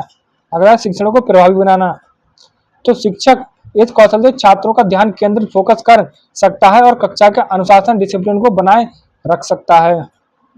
अगला प्रश्न हमारा, शिक्षण सूत्र, मैगजीन्स ऑफ टीचिंग, ज्ञात से अज्ञात की ओर, फ्रॉम नॉन टू अननोन की उपयोगिता बताइए। तो शिक्षण सूत्र, मैगजीन्स ऑफ टीचिंग, ज्ञात से अज्ञात की ओर, फ्रॉम नॉन टू अननोन की उपयोगिता देखिए। क्या है, आत्मविश्वास में वृद्धि, तो जब नया ज्ञान छात्र के पूर्व ज्ञान, प्रायर नॉलेज से जुड़ा जाता है तो छात्र विषय को कठिन नहीं मानते और उनका आत्मविश्वास, कॉन्फिडेंस बढ़ता है। अगला, अधिगम को सार्थक बनाना, मेकिंग लर्निंग मीनिंगफुल, यह नए ज्ञान को छात्र के अनुभव, एक्सपीरियंसेस से जोड़ता है, जिससे वह ज्ञान उनके लिए अधिक व्यवहारिक, प्रैक्टिकल और सार्थक हो जाता है। रुचि बनाए रखना। तो ज्ञात चीजों से शुरुआत करने पर छात्र की रुचि इंटरेस्ट बनी रहती है और वे अज्ञात की ओर बढ़ने के लिए तैयार रहता है। अगला श्यामपट्ट लेखन कौशल, ब्लैक बोर्ड राइटिंग स्किल की 4 मुख्य विशेषताएं क्या हैं? तो देखिए, श्यामपट्ट लेखन कौशल ब्लैक बोर्ड राइटिंग स्किल की 4 मुख्य विशेषताएं। पहली है सुपाठ्य लेजिबिलिटी, अक्षर स्पष्ट क्लियर गोल और उचित आकार के मतलब अप्रोप्रिएट साइज के होने चाहिए। शुद्धता एक्यूरेसी, जो कुछ भी लिखा गया हो वह वर्तनी स्पेलिंग और तथ्यात्मक फैक्चुअल रूप से शुद्ध होना चाहिए। व्यवस्थित ऑर्गेनाइज्ड, लेखन सीधी रेखा स्ट्रेट लाइन में हो तथा शब्दों और पंक्तियों के बीच उचित रिक्ति मतलब स्पेसिंग रखी जानी चाहिए। ठीक है। और अगले हमारे क्या देखिए, संक्षिप्तता कंसिस्टेंस, तो केवल मुख्य बिंदुओं की पॉइंट्स को ही लिखा जाना चाहिए, ना कि पूरे वाक्य या पैराग्राफ को। अगला प्रश्न, कक्षा शिक्षा में प्रेरणा मोटिवेशन के किन्हीं 2 प्रकारों को स्पष्ट कीजिए। तो प्रेरणा के 2 प्रकार हैं। कौन कौन से प्रकार हैं? देखिए, पहली है आंतरिक प्रेरणा, कौन सी? Intrinsic motivation. तो यह वह प्रेरणा जो व्यक्ति के अंदर से आती है। छात्र किसी कार्य को इसलिए करता है क्योंकि वह कार्य करने में आनंद एंजॉयमेंट आता है। ठीक है, उसे सीखने की जिज्ञासा उसके अंदर होती है, इसके अंदर छात्र के अंदर। उदाहरण देखिए, छात्र का गणित के प्रश्न का हल करना क्योंकि उसे यह विषय रोचक लगता है। और दूसरी हमारी क्या है? बाह्य प्रेरणा एक्सट्रिंसिक मोटिवेशन। यह प्रेरणा बाहरी कारकों एक्सटर्नल फैक्टर जैसे पुरस्कार रिवार्ड्स दंड पनिशमेंट ग्रेड्स या प्रशंसा पर निर्भर करती है। जैसे छात्र का के छात्र के अच्छे अंक गुड मार्क्स प्राप्त करने के लिए पढ़ाई करना, यह क्या होगी? बाह्य प्रेरणा हो गई। अगला प्रश्न, प्रभावी संप्रेषण इफेक्टिव कम्युनिकेशन के लिए शिक्षक को किन बातों का ध्यान रखना चाहिए? तो प्रभावी संप्रेषण इफेक्टिव कम्युनिकेशन के लिए शिक्षक को निम्नलिखित बातों का ध्यान रखना चाहिए। कौन कौन सी? भाषा की स्पष्टता क्लैरिटी ऑफ लैंग्वेज, सरल और छात्रों के स्तर के अनुरूप क्या अप्रोप्रिएट ऑफ द लेवल भाषा का प्रयोग करना।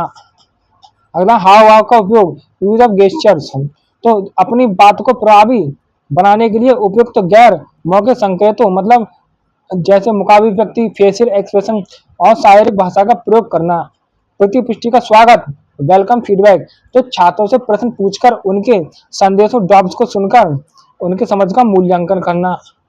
माध्यम का उचित चुनाव एप्रोप्रिएट चॉइस ऑफ मीडियम, तो विषय वस्तु के अनुसार उचित शिक्षण सहायक सामग्री टीएलएम या विधि का चुनाव करना। अगला प्रश्न देखिए, बालक केंद्रित शिक्षण चाइल्ड सेंटर्ड टीचिंग का महत्व क्यों है? तो बालक केंद्रित शिक्षण चाइल्ड सेंटर्ड टीचिंग का महत्व निम्नलिखित है कारणों से है। कौन कौन से कारण? व्यक्तिगत विभिन्नताओं का सम्मान, रेस्पेक्ट फॉर इंडिविजुअल डिफरेंसेस, क्या? Respect for individual differences. ठीक, क्या देखिए, यह है प्रत्येक छात्र की सीखने की गति पेश क्षमता और रुचि के अनुसार शिक्षण की अनुमति देता है। सक्रिय अधिगम एक्टिव लर्निंग, तो यह छात्र को निष्क्रिय श्रोता पैसिव लिसनर के बजाय सीखने की प्रक्रिया का सक्रिय अन्वेषक मतलब एक्टिव एक्सप्लोरर बनाता है। अगला सर्वांगीण विकास, तो इसका उद्देश्य केवल ज्ञान प्रदान करना नहीं बल्कि बच्चे के शारीरिक मानसिक सामाजिक और भावनात्मक पक्षों एक्सपेक्ट का संतुलित विकास मतलब बैलेंस डेवलपमेंट करना है। लोकतांत्रिक वातावरण डेमोक्रेटिक एनवायरनमेंट, तो एक कक्षा में स्वतंत्रता और सहयोग कोऑपरेशन को बढ़ावा देता है जिससे छात्र अपनी बात बिना किसी भय या फिर के रख पाते हैं। अगला प्रश्न देखिए 2022 से आए, शिक्षा में मानचित्र मैप व चार्ट की उपयोगिता को स्पष्ट कीजिए। तो देखिए, मानचित्र मैप और चार्ट का दृश्य शिक्षण सहायक सामग्री मतलब विजुअल टीचिंग एड्स हैं जिनकी शिक्षा में महत्वपूर्ण उपयोगिता है। तो क्या उपयोगिता है? देखिए, मानचित्र मैप की अमूर्त को मूर्त बनाना, मेकिंग एब्स्ट्रैक्ट कॉन्क्रीट। मानचित्र देखिए, जटिल भौगोलिक ज्योग्राफिकल देखिए अवधारणा जैसे देश की सीमाएं नदियां जलवायु क्लाइमेट क्षेत्रों को मूर्त मतलब कंक्रीट रूप में दिखाता है। चार्ट क्या करता है? अमूर्त जानकारी एब्स्ट्रैक्ट इंफॉर्मेशन जैसे सांख्यिकी डेटा स्टैटिस्टिकल डेटा जटिल प्रक्रियाएं कॉम्प्लेक्स प्रोसेसिंग या वर्गीकरण क्लासिफिकेशन को रूप में दर्शाता है। ज्ञान का स्थायित्व परमानेंस ऑफ नॉलेज, तो मानचित्र और चार्ट से क्या होता है? देखिए, ये दोनों उपकरण छात्रों को देखकर सीखने लर्निंग बाय सीइंग का अवसर देते हैं जिससे ज्ञान लंबे समय तक स्मृति मेमोरी में बना रहता है। समय की बचत, टाइम सेविंग। तो मानचित्र और चार्ट क्या करते हैं, जानकारी मौखिक व्याख्यान वर्बल लेक्चर से देने में लंबे समय लेती है, उसे एक चार्ट या मानचित्र के माध्यम से कम समय में प्रभावी ढंग से मतलब इफेक्टिवली प्रस्तुत किया जा सकता है। रुचि एवं प्रेरणा, इंटरेस्ट एंड मोटिवेशन। तो रंगीन और आकर्षक चार्ट छात्रों का ध्यान केंद्रित फोकस करते हैं और उनमें सीखने की रुचि मतलब इंटरेस्ट बढ़ाते हैं। अगला देखिए क्या है, संप्रेषण, कम्युनिकेशन के प्रकारों का वर्णन कीजिए। क्या संप्रेषण के प्रकारों का वर्णन करना है, ठीक है। तो संप्रेषण के कितने प्रकार होते हैं हमारे, दो प्रकार होते हैं संप्रेषण के। कौन कौन से होते हैं हमारे, पहला होता है शाब्दिक संप्रेषण, ठीक है, और दूसरा होता है अशाब्दिक संप्रेषण। तो पहले देखते हैं हम शाब्दिक संप्रेषण। जब विचारों, भावनाओं या सूचनाओं को शब्दों के माध्यम से प्रकट किया जाता है तो उसे शाब्दिक संप्रेषण कहते हैं। शाब्दिक संप्रेषण दो रूप से हो सकता है, कैसे, मौखिक, ओरल, बोलकर किया जाने वाला संप्रेषण क्या होता है, जैसे शिक्षक का पढ़ाना, वार्तालाप, भाषण देना आदि। और लिखित क्या होता है, लिखकर किया जाना संप्रेषण, जैसे पत्र, ईमेल, रिपोर्ट आदि। उदाहरण, शिक्षक छात्रों से प्रश्न पूछना, पत्र लिखना या फोन पर बात करना। और अशाब्दिक संप्रेषण क्या है, जब विचारों और भावनाओं को बिना शब्दों के, जैसे हाव भाव हो गया, चेहरे की अभिव्यक्तियां हो गया, हाथों की गतिविधि हो गया, शरीर की भाषा या आंखों के इशारों से व्यक्त किया जाता है, उसे अशाब्दिक संप्रेषण कहते हैं। उदाहरण देख लिए, मुस्कुराना, सिर हिलाना, आंखों से संकेत देना, हाथ मिलाना, क्रोध या प्रसन्नता के भाव प्रकट करना, ये हमारे होगा अशाब्दिक संप्रेषण। अगला प्रश्न देखिए, क्रियाशीलता के सिद्धांतों, प्रिंसिपल्स ऑफ एक्टिविटी की विवेचना कीजिए। तो देखिए क्या है, क्रियाशीलता का सिद्धांत, प्रिंसिपल ऑफ एक्टिविटी, ये बताता है कि छात्र निष्क्रिय श्रोता पैसिव लर्नर रहने के बजाय स्वयं क्रिया एक्टिविटी करके अधिक और बेहतर सीखते हैं।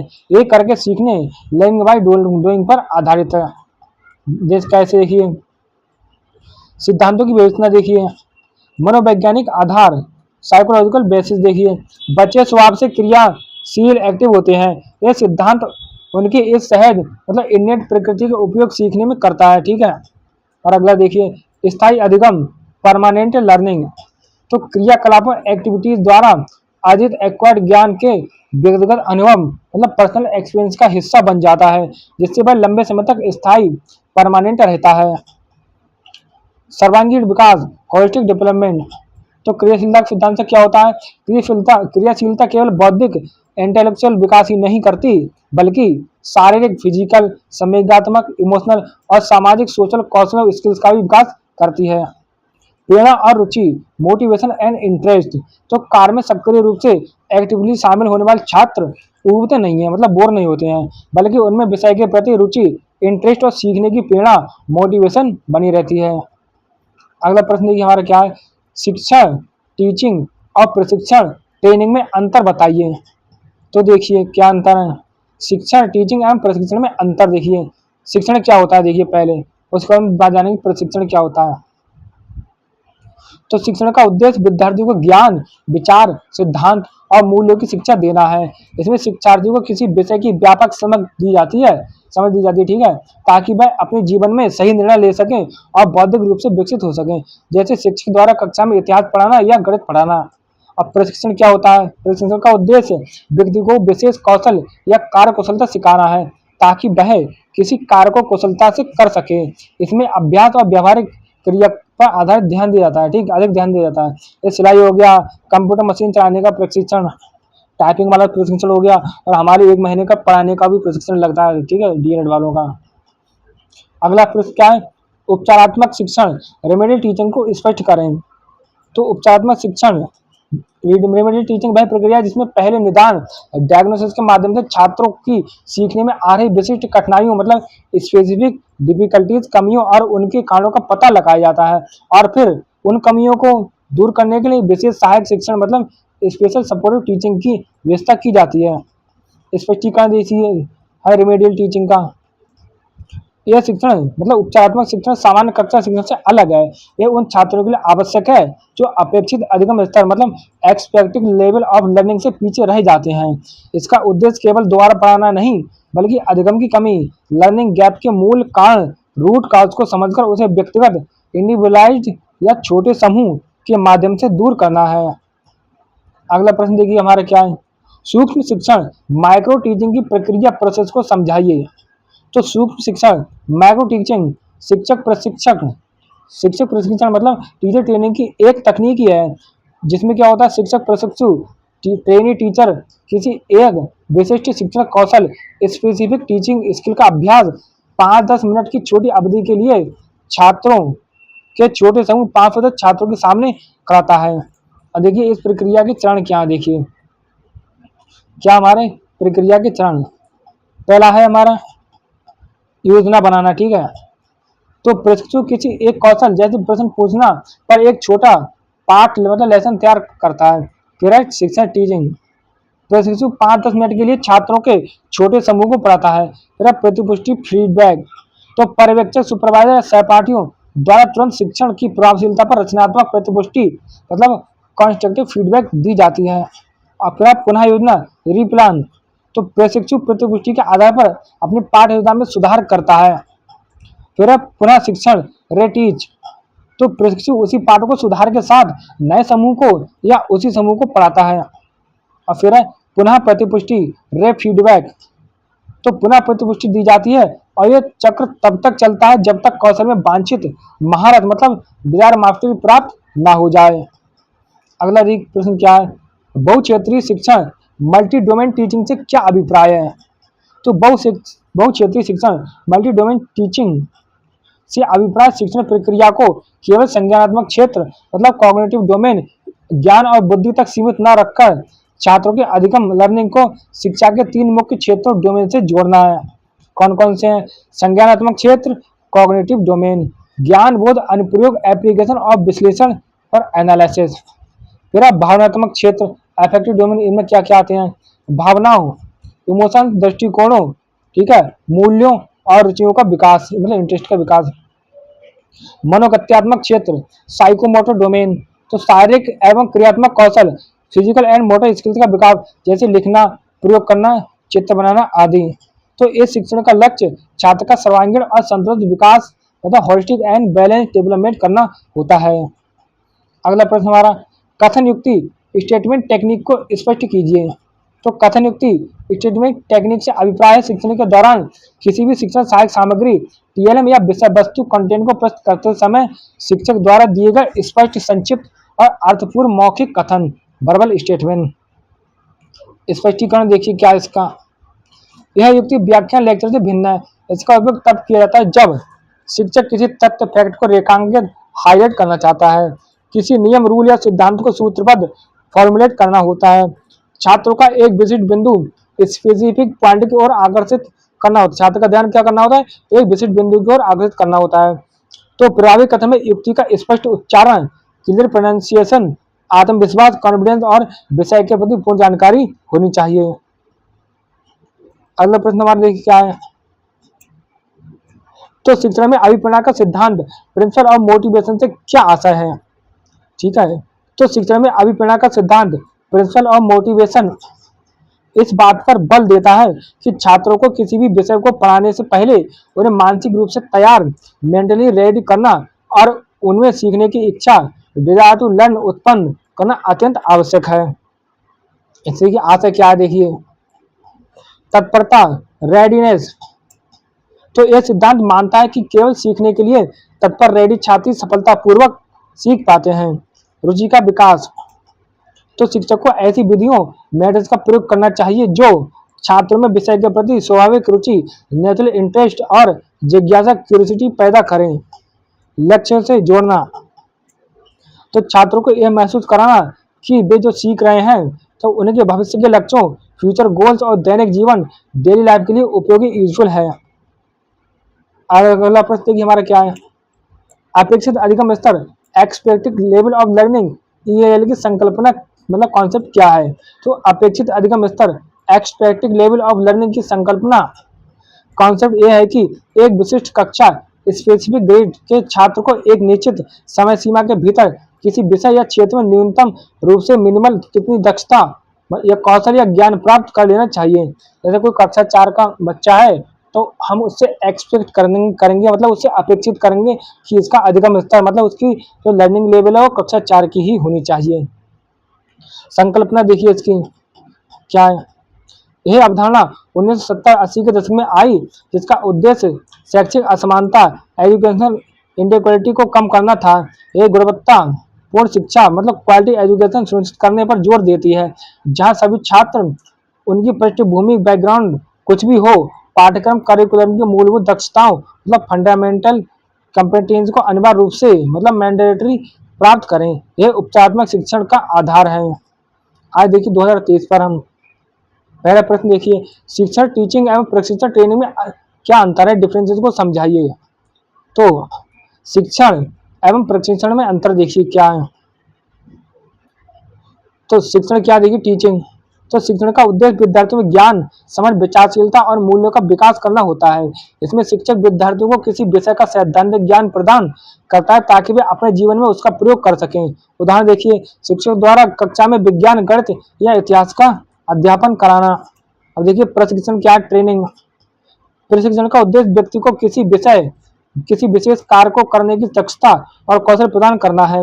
इसमें अभ्यास, व्यवहारिक कार्य और प्रदर्शन पर अधिक ध्यान दिया जाता है, जैसे ड्राइविंग हो गया, टाइपिंग हो गया या सिलाई का प्रशिक्षण हो गया। अगला प्रश्न हमारा, शिक्षण में उपचारात्मक, रेमेडियल एवं निदानात्मक डायग्नोस्टिक शिक्षण को स्पष्ट कीजिए। तो देखिए वहाँ निदानात्मक शिक्षण, डायग्नोस्टिक टीचिंग क्या है। यह वह प्रक्रिया जिसमें शिक्षक छात्रों के अधिगम स्तर में आ रही विशिष्ट कठिनाइयों, स्पेसिफिक डिफिकल्टीज, कमियों, वीकनेस और उनके कारणों कॉजेज का पता लगाने के लिए विभिन्न परीक्षणों, टेस्ट का उपयोग करता है। उद्देश्य देखिए, कमजोरी की जड़, रूट की पहचान करना। किसी निदानात्मक, जब छात्र को जोड़ नहीं आ रहा है क्योंकि उसे स्थानीय मान, प्लेस वैल्यू का ज्ञान नहीं है, तो इस निदान से क्या करते हैं हम, उसकी कमजोरी जड़ की पहचान करते हैं। लेकिन जो उपचारात्मक शिक्षण क्या होता है, जब पहचान के बाद जो कमी आती है उसे दूर किया जाता है, मतलब उसका उपचार किया जाता है। निदानात्मक परीक्षण, डायग्नोस्टिक टेस्ट से कमजोरी के कारणों की पहचान करने के बाद उन कमियों को दूर करने के लिए विशेष सहायक शिक्षण मतलब स्पेशल सपोर्टिव टीचिंग की व्यवस्था करना उपचारात्मक शिक्षण कहलाता है। उद्देश्य देखिए, अधिगम अंतराल, लर्निंग गैप को व्यक्तिगत, इंडिविजुअलाइज्ड या छोटे समूह के माध्यम से भरना। अगला प्रश्न हमारा, शिक्षण में मनोरंजन मतलब रिक्रिएशन एवं रुचि, इंटरेस्ट के सिद्धांतों को समझाइए। ठीक है, तो ये दोनों सिद्धांत शिक्षण को बाल केंद्रित, चाइल्ड सेंटर्ड और प्रभावी बनाने के लिए आवश्यक हैं। तो देखिए कौन कौन से सिद्धांत हमारे। मनोरंजन का सिद्धांत, प्रिंसिपल्स ऑफ क्या, रिक्रिएशन। तो ये सिद्धांत मानता है कि शिक्षण प्रक्रिया नीरस, बोरिंग और उबाऊ नहीं होनी चाहिए, बल्कि उसमें बीच बीच में खेल, हास्य, ह्यूमर, कहानी और अन्य मनोरंजक गतिविधियां मतलब रिक्रिएशनल एक्टिविटीज शामिल की जानी चाहिए। उपयुक्त देखिए मनोरंजन के सिद्धांत की, इससे छात्र का मानसिक तनाव, मेंटल स्ट्रेस दूर होता है, उसकी थकान, फैटिग कम होती है और वह पुनः उत्साह मतलब एंथुसियाज्म के साथ सीखने के लिए तैयार होता है। रुचि का सिद्धांत, प्रिंसिपल ऑफ इंटरेस्ट। यह सिद्धांत बताता है कि शिक्षक को विषय को इस प्रकार से प्रस्तुत करना चाहिए कि वह छात्रों की स्वाभाविक रुचि मतलब नेचुरल इंटरेस्ट और जिज्ञासा, क्यूरियोसिटी को जागृत करें।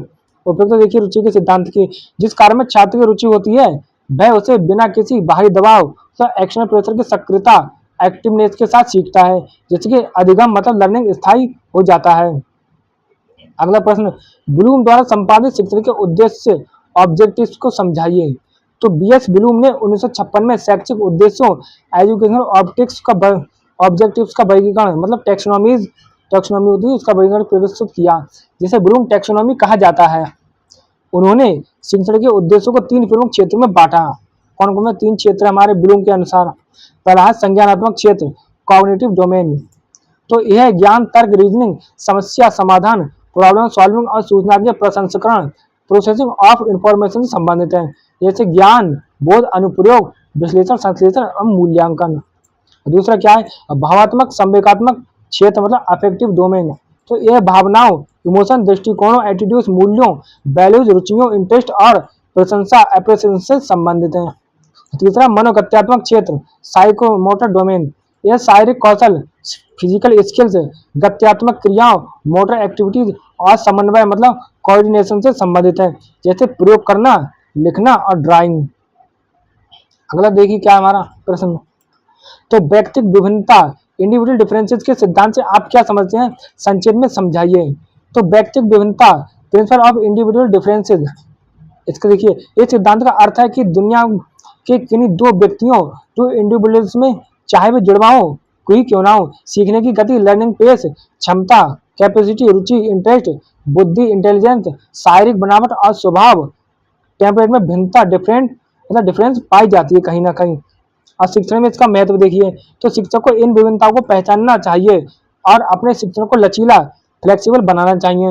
उसे कक्षा में एक ही विधि मेथड के बजाय विविध शिक्षण विधियों, डाइवर्स टीचिंग मेथड्स और गतिविधियों, एक्टिविटीज का उपयोग करना चाहिए, ताकि प्रत्येक छात्र अपनी गति और शैली स्टाइल से सीख सके। अगला प्रश्न हमारा, खेल विधि प्ले वे मेथड की आवश्यकता एवं महत्व पर प्रकाश डालिए। तो देखिए, खेल विधि की आवश्यकता एवं महत्व क्या है, देखिए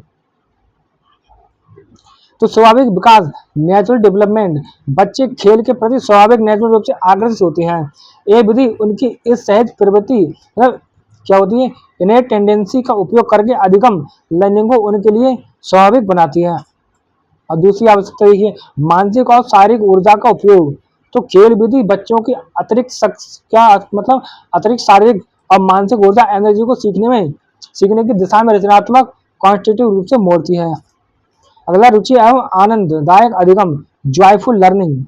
तो ये शिक्षण को नीरसता मोनोटोनी से बचाती है और सीखने के अनुभव को आनंददायक, एंजॉयबल बनाती है। अगली हेडिंग हमारी, सामाजिक कौशल का विकास, डेवलपमेंट और सोशल स्किल। तो खेल विधि के दौरान समूह में काम करने से उनमें सहयोग, कोऑपरेशन, नेतृत्व, लीडरशिप, आज्ञापालन और सहनशीलता, टॉलरेंस जैसे सामाजिक गुणों का विकास होता है। अगला क्या हमारे देखिए, विधि मेथड और प्रविधि टेक्निक में अंतर स्पष्ट कीजिए। तो देखिए, विधि क्या है हमारी, तो विधि शिक्षण का वह व्यवस्थित और योजनाबद्ध मार्ग है, इसके माध्यम से किसी विषय को सिखाया जाता है। यह शिक्षण का व्यापक रूप है और पूरी शिक्षण प्रक्रिया का ढांचा तय करती है। उदाहरण के लिए व्याख्यान विधि, प्रश्नोत्तर विधि, परियोजना विधि आदि विधि ये सुनिश्चित करती हैं कि शिक्षण का क्रम सही और उद्देश्यपूर्ण तरीके से संचालित हो। अब प्रविधि क्या देखिए, प्रविधि तो प्रविधि किसी विधि को लागू करने का विशेष तरीका या साधन है। ये विधि का छोटा, विशिष्ट और व्यवहारिक हिस्सा होती है। उदाहरण के लिए माइंड मैप बनाना, रोल प्ले करना, समूह चर्चा करना या प्रायोगिक प्रयोग करना। प्रविधि का उद्देश्य शिक्षण को अधिक प्रभावी, रोचक और समझने योग्य बनाना होता है। अगला प्रश्न हमारा, शिक्षा के क्षेत्र में कंप्यूटर का उपयोग बताइए। तो शिक्षा के क्षेत्र में कंप्यूटर का बहुआयामी मल्टीफेस्टेड उपयोग है। कौन कौन से, ई लर्निंग और ऑनलाइन शिक्षा, e learning and online education. तो दूरस्थ शिक्षा, डिस्टेंस एजुकेशन और ऑनलाइन पाठ्यक्रम, ऑनलाइन कोर्सेज प्रदान करने के लिए, ठीक है, जैसे MOOCs। और दूसरा, शिक्षण सहायक सामग्री TLM। तो पावर पॉइंट प्रेजेंटेशन और सिमुलेशन और शैक्षिक सॉफ्टवेयर, एजुकेशनल सॉफ्टवेयर के माध्यम से शिक्षण को प्रभावी बनाया जाता है कंप्यूटर के। मूल्यांकन और प्रशासन, मूल्यांकन और प्रशासन, तो एवोल्यूशन एंड एडमिनिस्ट्रेशन, ये क्या है, तो परीक्षा परिणामों, एग्जाम रिजल्ट को तैयार करना, डेटा प्रबंधन करना, डेटा मैनेजमेंट और ऑनलाइन मूल्यांकन, ऑनलाइन असेसमेंट के लिए कंप्यूटर का उपयोग होता है। अगला, शोध और नवाचार, रिसर्च एंड इनोवेशन। तो जटिल गणनाओं, कॉम्प्लेक्स कैलकुलेशन, सूचना संग्रह, डेटा कलेक्शन और शैक्षिक अनुसंधान, एजुकेशनल रिसर्च के लिए कंप्यूटर का उपयोग होता है। अगला प्रश्न देखिए, सहगामी शिक्षण पार्टिसिपेटरी टीचिंग के उद्देश्य, ऑब्जेक्टिव्स बताइए। तो क्या उद्देश्य है देखिए, तो सहभागी शिक्षण, पार्टिसिपेटरी टीचिंग वह शिक्षण है जिसमें छात्र शिक्षण प्रक्रिया में निष्क्रिय श्रोता, पैसिव लर्नर ना होकर सक्रिय रूप से एक्टिवली भाग लेता है। मुख्य उद्देश्य देखिए सहभागी शिक्षण के, ठीक है, कौन कौन से मुख्य उद्देश्य हमारे सहभागी शिक्षण के, अधिगम को सक्रिय बनाना, मेकिंग लर्निंग एक्टिव। तो छात्रों को केवल जानकारी प्राप्त करने के बजाय विचार विमर्श, डिस्कशन, समस्या समाधान, प्रॉब्लम सॉल्विंग और गतिविधियों, एक्टिविटीज में शामिल करना। और दूसरा हमारा उद्देश्य आलोचनात्मक चिंतन का विकास, डेवलपमेंट ऑफ क्रिटिकल थिंकिंग। तो छात्रों को प्रश्न पूछने, तर्क आर्गू करने और विभिन्न दृष्टिकोणों, व्यू पॉइंट्स का विश्लेषण, एनालाइज करने के लिए प्रोत्साहित करना। और तीसरा आत्मविश्वास और अभिव्यक्ति, कॉन्फिडेंस एंड एक्सप्रेशन। तो देखिए छात्रों को बिना किसी भय, फिर के अपने विचार व्यक्त, एक्सप्रेस आइडियाज करने का अवसर देना, ठीक है, जिससे उनका आत्मविश्वास सेल्फ कॉन्फिडेंस बढ़ता है। आगे अगला है सामाजिक और सहयोगी कौशल, सोशल एंड कोऑपरेटिव स्किल्स। तो समूह कार्य, ग्रुप वर्क के माध्यम से छात्रों में सहयोग, कोऑपरेशन, टीम भावना, टीम स्पिरिट और जिम्मेदारी, रेस्पॉन्सिबिलिटी की भावना विकसित होती है। अगला प्रश्न हमारा, शिक्षण में व्याख्यान प्रविधि, लेक्चर टेक्निक को समझाइए। तो व्याख्यान प्रविधि शिक्षण की एक प्रविधि है जिसमें शिक्षक एक निश्चित विषय वस्तु कंटेंट को व्यवस्थित सिस्टमैटिकली रूप से मौखिक कथन वर्बल स्टेटमेंट के माध्यम से छात्रों के सामने प्रस्तुत करता है। इसमें शिक्षक मुख्य वक्ता चीफ स्पीकर होता है और छात्र मुख्य रूप से श्रोता मतलब क्या होते हैं, वह लिसनर होते हैं। स्पष्टीकरण देखिए इसका व्याख्यान प्रविधि का। इसकी उपयोगिता देखिए, उपयोगिता ये प्रविधि बड़ी कक्षाओं लार्ज क्लासेस में कम समय में अधिक तथ्यात्मक फैक्चुअल जानकारी देने या किसी विषय का सामान्य परिचय जनरल इंट्रोडक्शन देने के लिए बहुत उपयोगी है। कमजोरियां, यह बाल केंद्रित नहीं है, इसमें छात्र निष्क्रिय पैसिव रहते हैं और यह उच्च मानसिक क्षमताओं हायर मेंटल एबिलिटी जैसे अनुप्रयोग को विकसित करने में कम प्रभावी है। आधुनिक शिक्षण में इसे अन्य सक्रिय प्रविधियों के साथ मिक्स करके उपयोग करने पर जोर दिया जाता है। तो आज 2024 में देखिए, सूक्ष्म शिक्षण सोपान माइक्रो टीचिंग के स्टेप्स क्या हैं। तो सूक्ष्म शिक्षण सोपान माइक्रो टीचिंग के स्टेप्स शिक्षण प्रशिक्षण टीचिंग ट्रेनिंग की एक तकनीक में निहित क्रमबद्ध चरण सिस्टमैटिक स्टेजेस हैं जिनका उद्देश्य किसी एक शिक्षण कौशल स्पेसिफिक टीचिंग स्किल्स में महारत मास्टरी हासिल करना है। इसके प्रमुख सोपान निम्नलिखित हैं। किसके? सूक्ष्म शिक्षण सोपान के। कौन कौन से देखिए, पहला है योजना या प्लान। तो किसी एक कौशल पर 5 से 10 मिनट की अवधि का पाठ तैयार करना, ठीक है। फिर है शिक्षण टीच, तो छोटे समूह स्मॉल ग्रुप को उस पाठ को पढ़ाना। फिर है प्रतिपुष्टि फीडबैक, तो पर्यवेक्षक सुपरवाइजर द्वारा तुरंत सुधार के लिए रचनात्मक आलोचना कंस्ट्रक्टिव क्रिटिसिज्म देना। पुनः योजना रीप्लान, तो प्रतिपुष्टि के आधार पर पाठ योजना लेसन प्लान में आवश्यक सुधार करना। फिर पुनः शिक्षण रे टीच, तो संशोधित पाठ को नए समूह को पढ़ाना। पुनः प्रतिपुष्टि रे फीडबैक, तो सुधारों की जांच के लिए दोबारा प्रतिपुष्टि करना और एक चक्कर वांछित कौशल प्राप्त होने तक चलता रहता है। अगला प्रश्न, श्रव्य सामग्री ऑडियो विजुअल एड्स कैसी होनी चाहिए। तो देखिए, तो श्रव्य सामग्री ऑडियो विजुअल एड्स में निम्नलिखित विशेषताएं कैरेक्टरिस्टिक्स होनी चाहिए। कौन कौन सी होनी चाहिए देखिए, श्रव्य सामग्री में उद्देश्यपूर्ण पर्पजफुल, तो सामग्री सीधे शिक्षण के निर्धारित उद्देश्यों स्पेसिफिक ऑब्जेक्ट से संबंधित हो और उन्हें प्राप्त करने में सहायक हो। प्रमाणिक एवं विश्वसनीय ऑथेंटिक एंड रिलायबल, तो प्रस्तुत की गई जानकारी या सामग्री तथ्यात्मक रूप से फैक्चुअली सही हो और नवीनतम अप टू डेट होनी चाहिए। अगला छात्र स्तर के अनुरूप अप्रोप्रिएट टू लर्नर्स लेवल, तो सामग्री छात्र की आयु बौद्धिक क्षमता इंटेलेक्चुअल कैपेसिटी और पूर्व ज्ञान प्रायर नॉलेज के अनुरूप होनी चाहिए। सरल और आकर्षक सिंपल एंड एक्टिव, तो सामग्री का प्रदर्शन डिस्प्ले सरल हो लेकिन वह रोचक इंटरेस्टिंग और छात्रों का ध्यान खींचने वाली होनी चाहिए।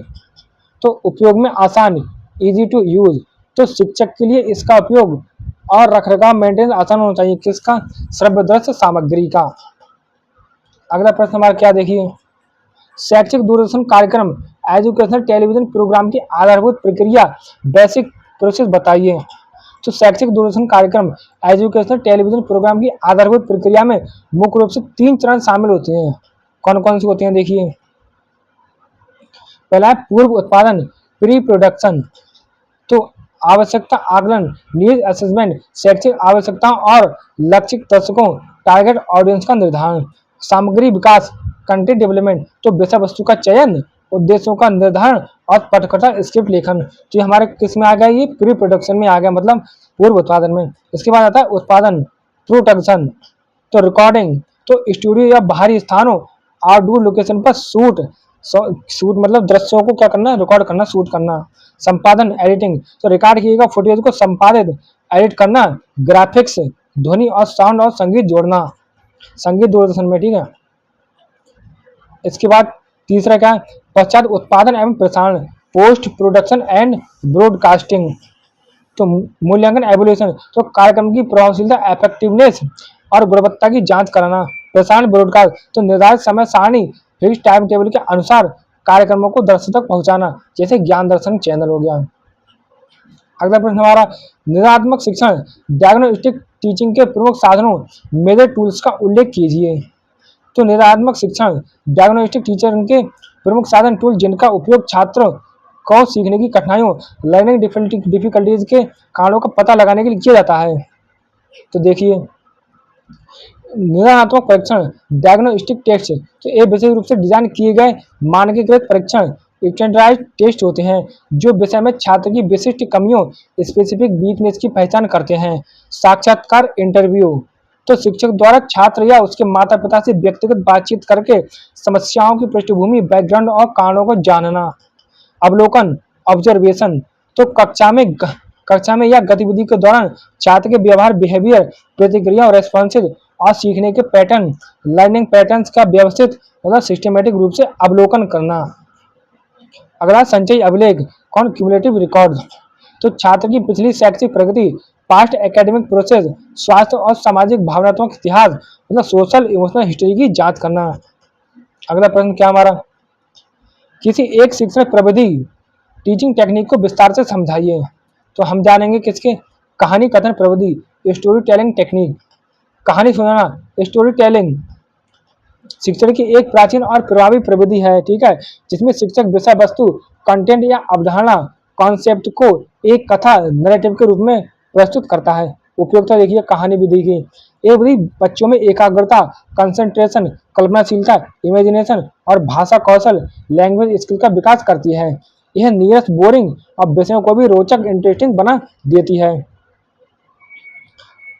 उदाहरण देखिए क्या हमारा, इतिहास हिस्ट्री या नैतिक शिक्षा मोरल एजुकेशन पढ़ाते समय कहानी सुनाना अत्यंत उपयोगी होता है। और विज्ञान में किसी वैज्ञानिक की जीवनी बायोग्राफी या खोज की क्या कहानी कथा सुनाना।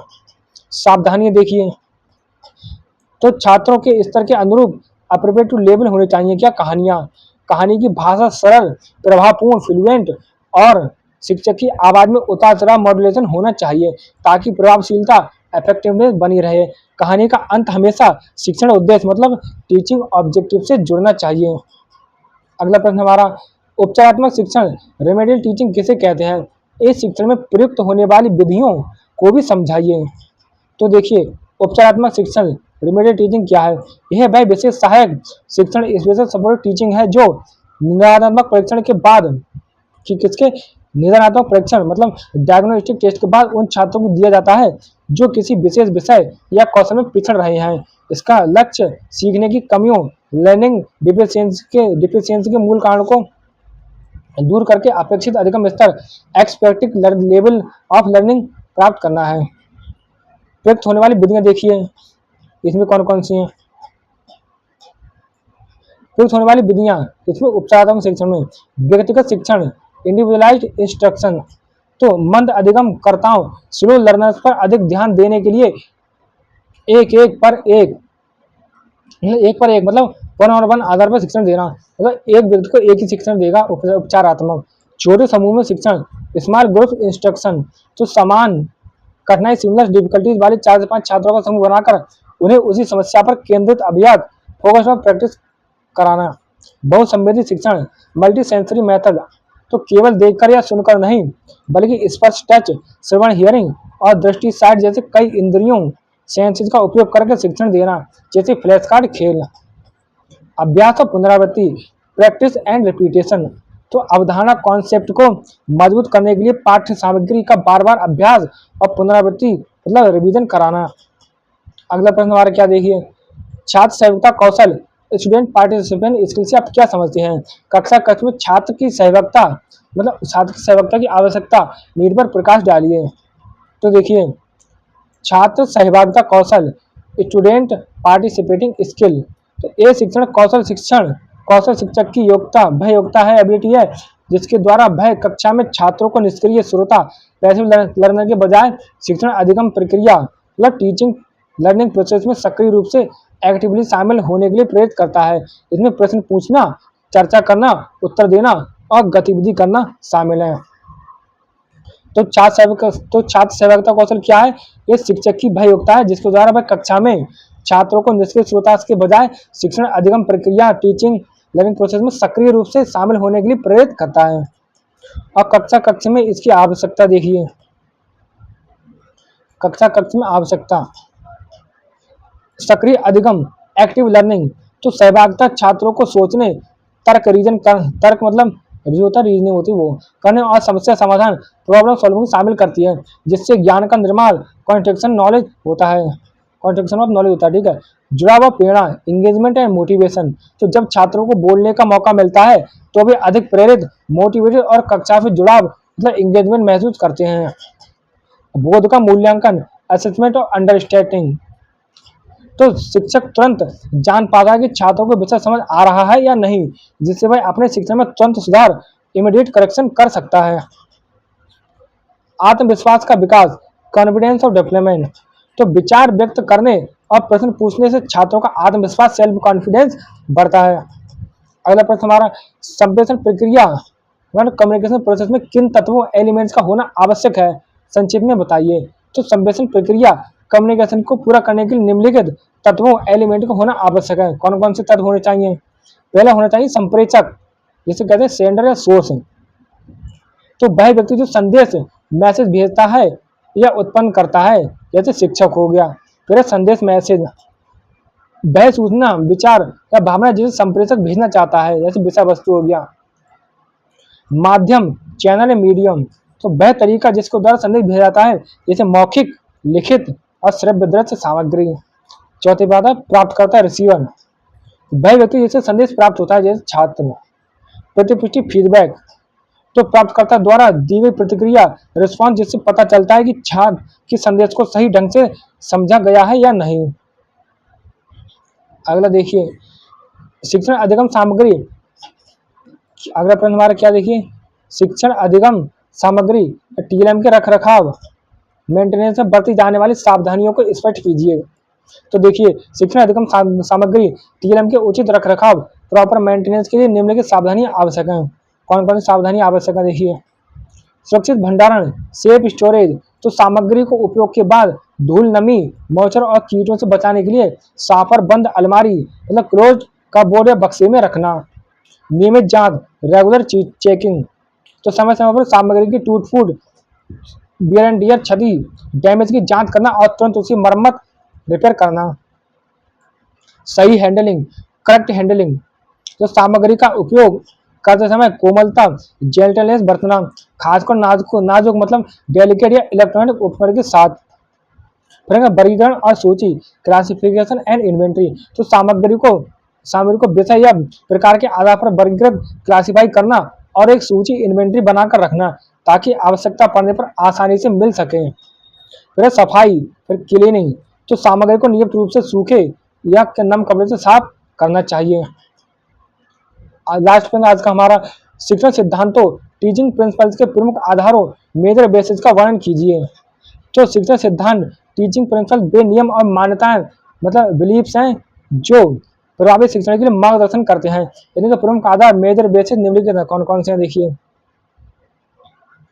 पहला है मनोवैज्ञानिक आधार साइकोलॉजिकल बेसिस, तो ये छात्रों को सीखने की प्रक्रिया लर्निंग प्रोसेस, प्रेरणा, मोटिवेशन, रुचि, इंटरेस्ट, व्यक्तिगत विभिन्नताओं इंडिविजुअल डिफरेंसेस और मानसिक विकास मतलब मेंटल डेवलपमेंट पर आधारित है। सिद्धांत कौन कौन सा हो गया? सिद्धांत में और रुचि का सिद्धांत हो गया और प्रेरणा का सिद्धांत हो गया। अगला है दार्शनिक आधार फिलोसफिकल बेसिस, तो ये शिक्षा के अंतिम लक्ष्य अल्टीमेट गोल और उद्देश्य एम जैसे सर्वांगीण विकास, आत्म साक्षात्कार, सेल्फ रियलाइजेशन पर आधारित है। यह शिक्षण की दिशा तय करता है। सिद्धांत देखिए क्या इसका, जीवन से जोड़ने का सिद्धांत और उद्देश्य निर्धारण का सिद्धांत। अगला देखिए क्या हमारा सामाजिक आधार सोशल बेसिस, तो ये शिक्षण को सामाजिक आवश्यकताओं सोशल नीड्स और समाज के मूल्यों वैल्यूज और लोकतांत्रिक आदर्शों डेमोक्रेटिक आइडियल्स के अनुरूप बनाने पर आधार करता है। सिद्धांत देखिए कौन सा हो गया? सहयोग का सिद्धांत, लोकतंत्री व्यवहार का सिद्धांत। वैज्ञानिक आधार साइंटिफिक बेसिस, तो ये व्यवस्थित सिस्टमेटिक अवलोकन, ऑब्जर्वेशन, प्रयोग, एक्सपेरिमेंटेशन और ज्ञान की तार्किक लॉजिकल प्रस्तुति पर आधारित है। सिद्धांत निश्चित उद्देश्य का सिद्धांत और नियोजन और प्लानिंग का सिद्धांत। तो आज की क्लास हमारी यही समाप्त होती है। आप सबका बहुत बहुत धन्यवाद। जय हिंद।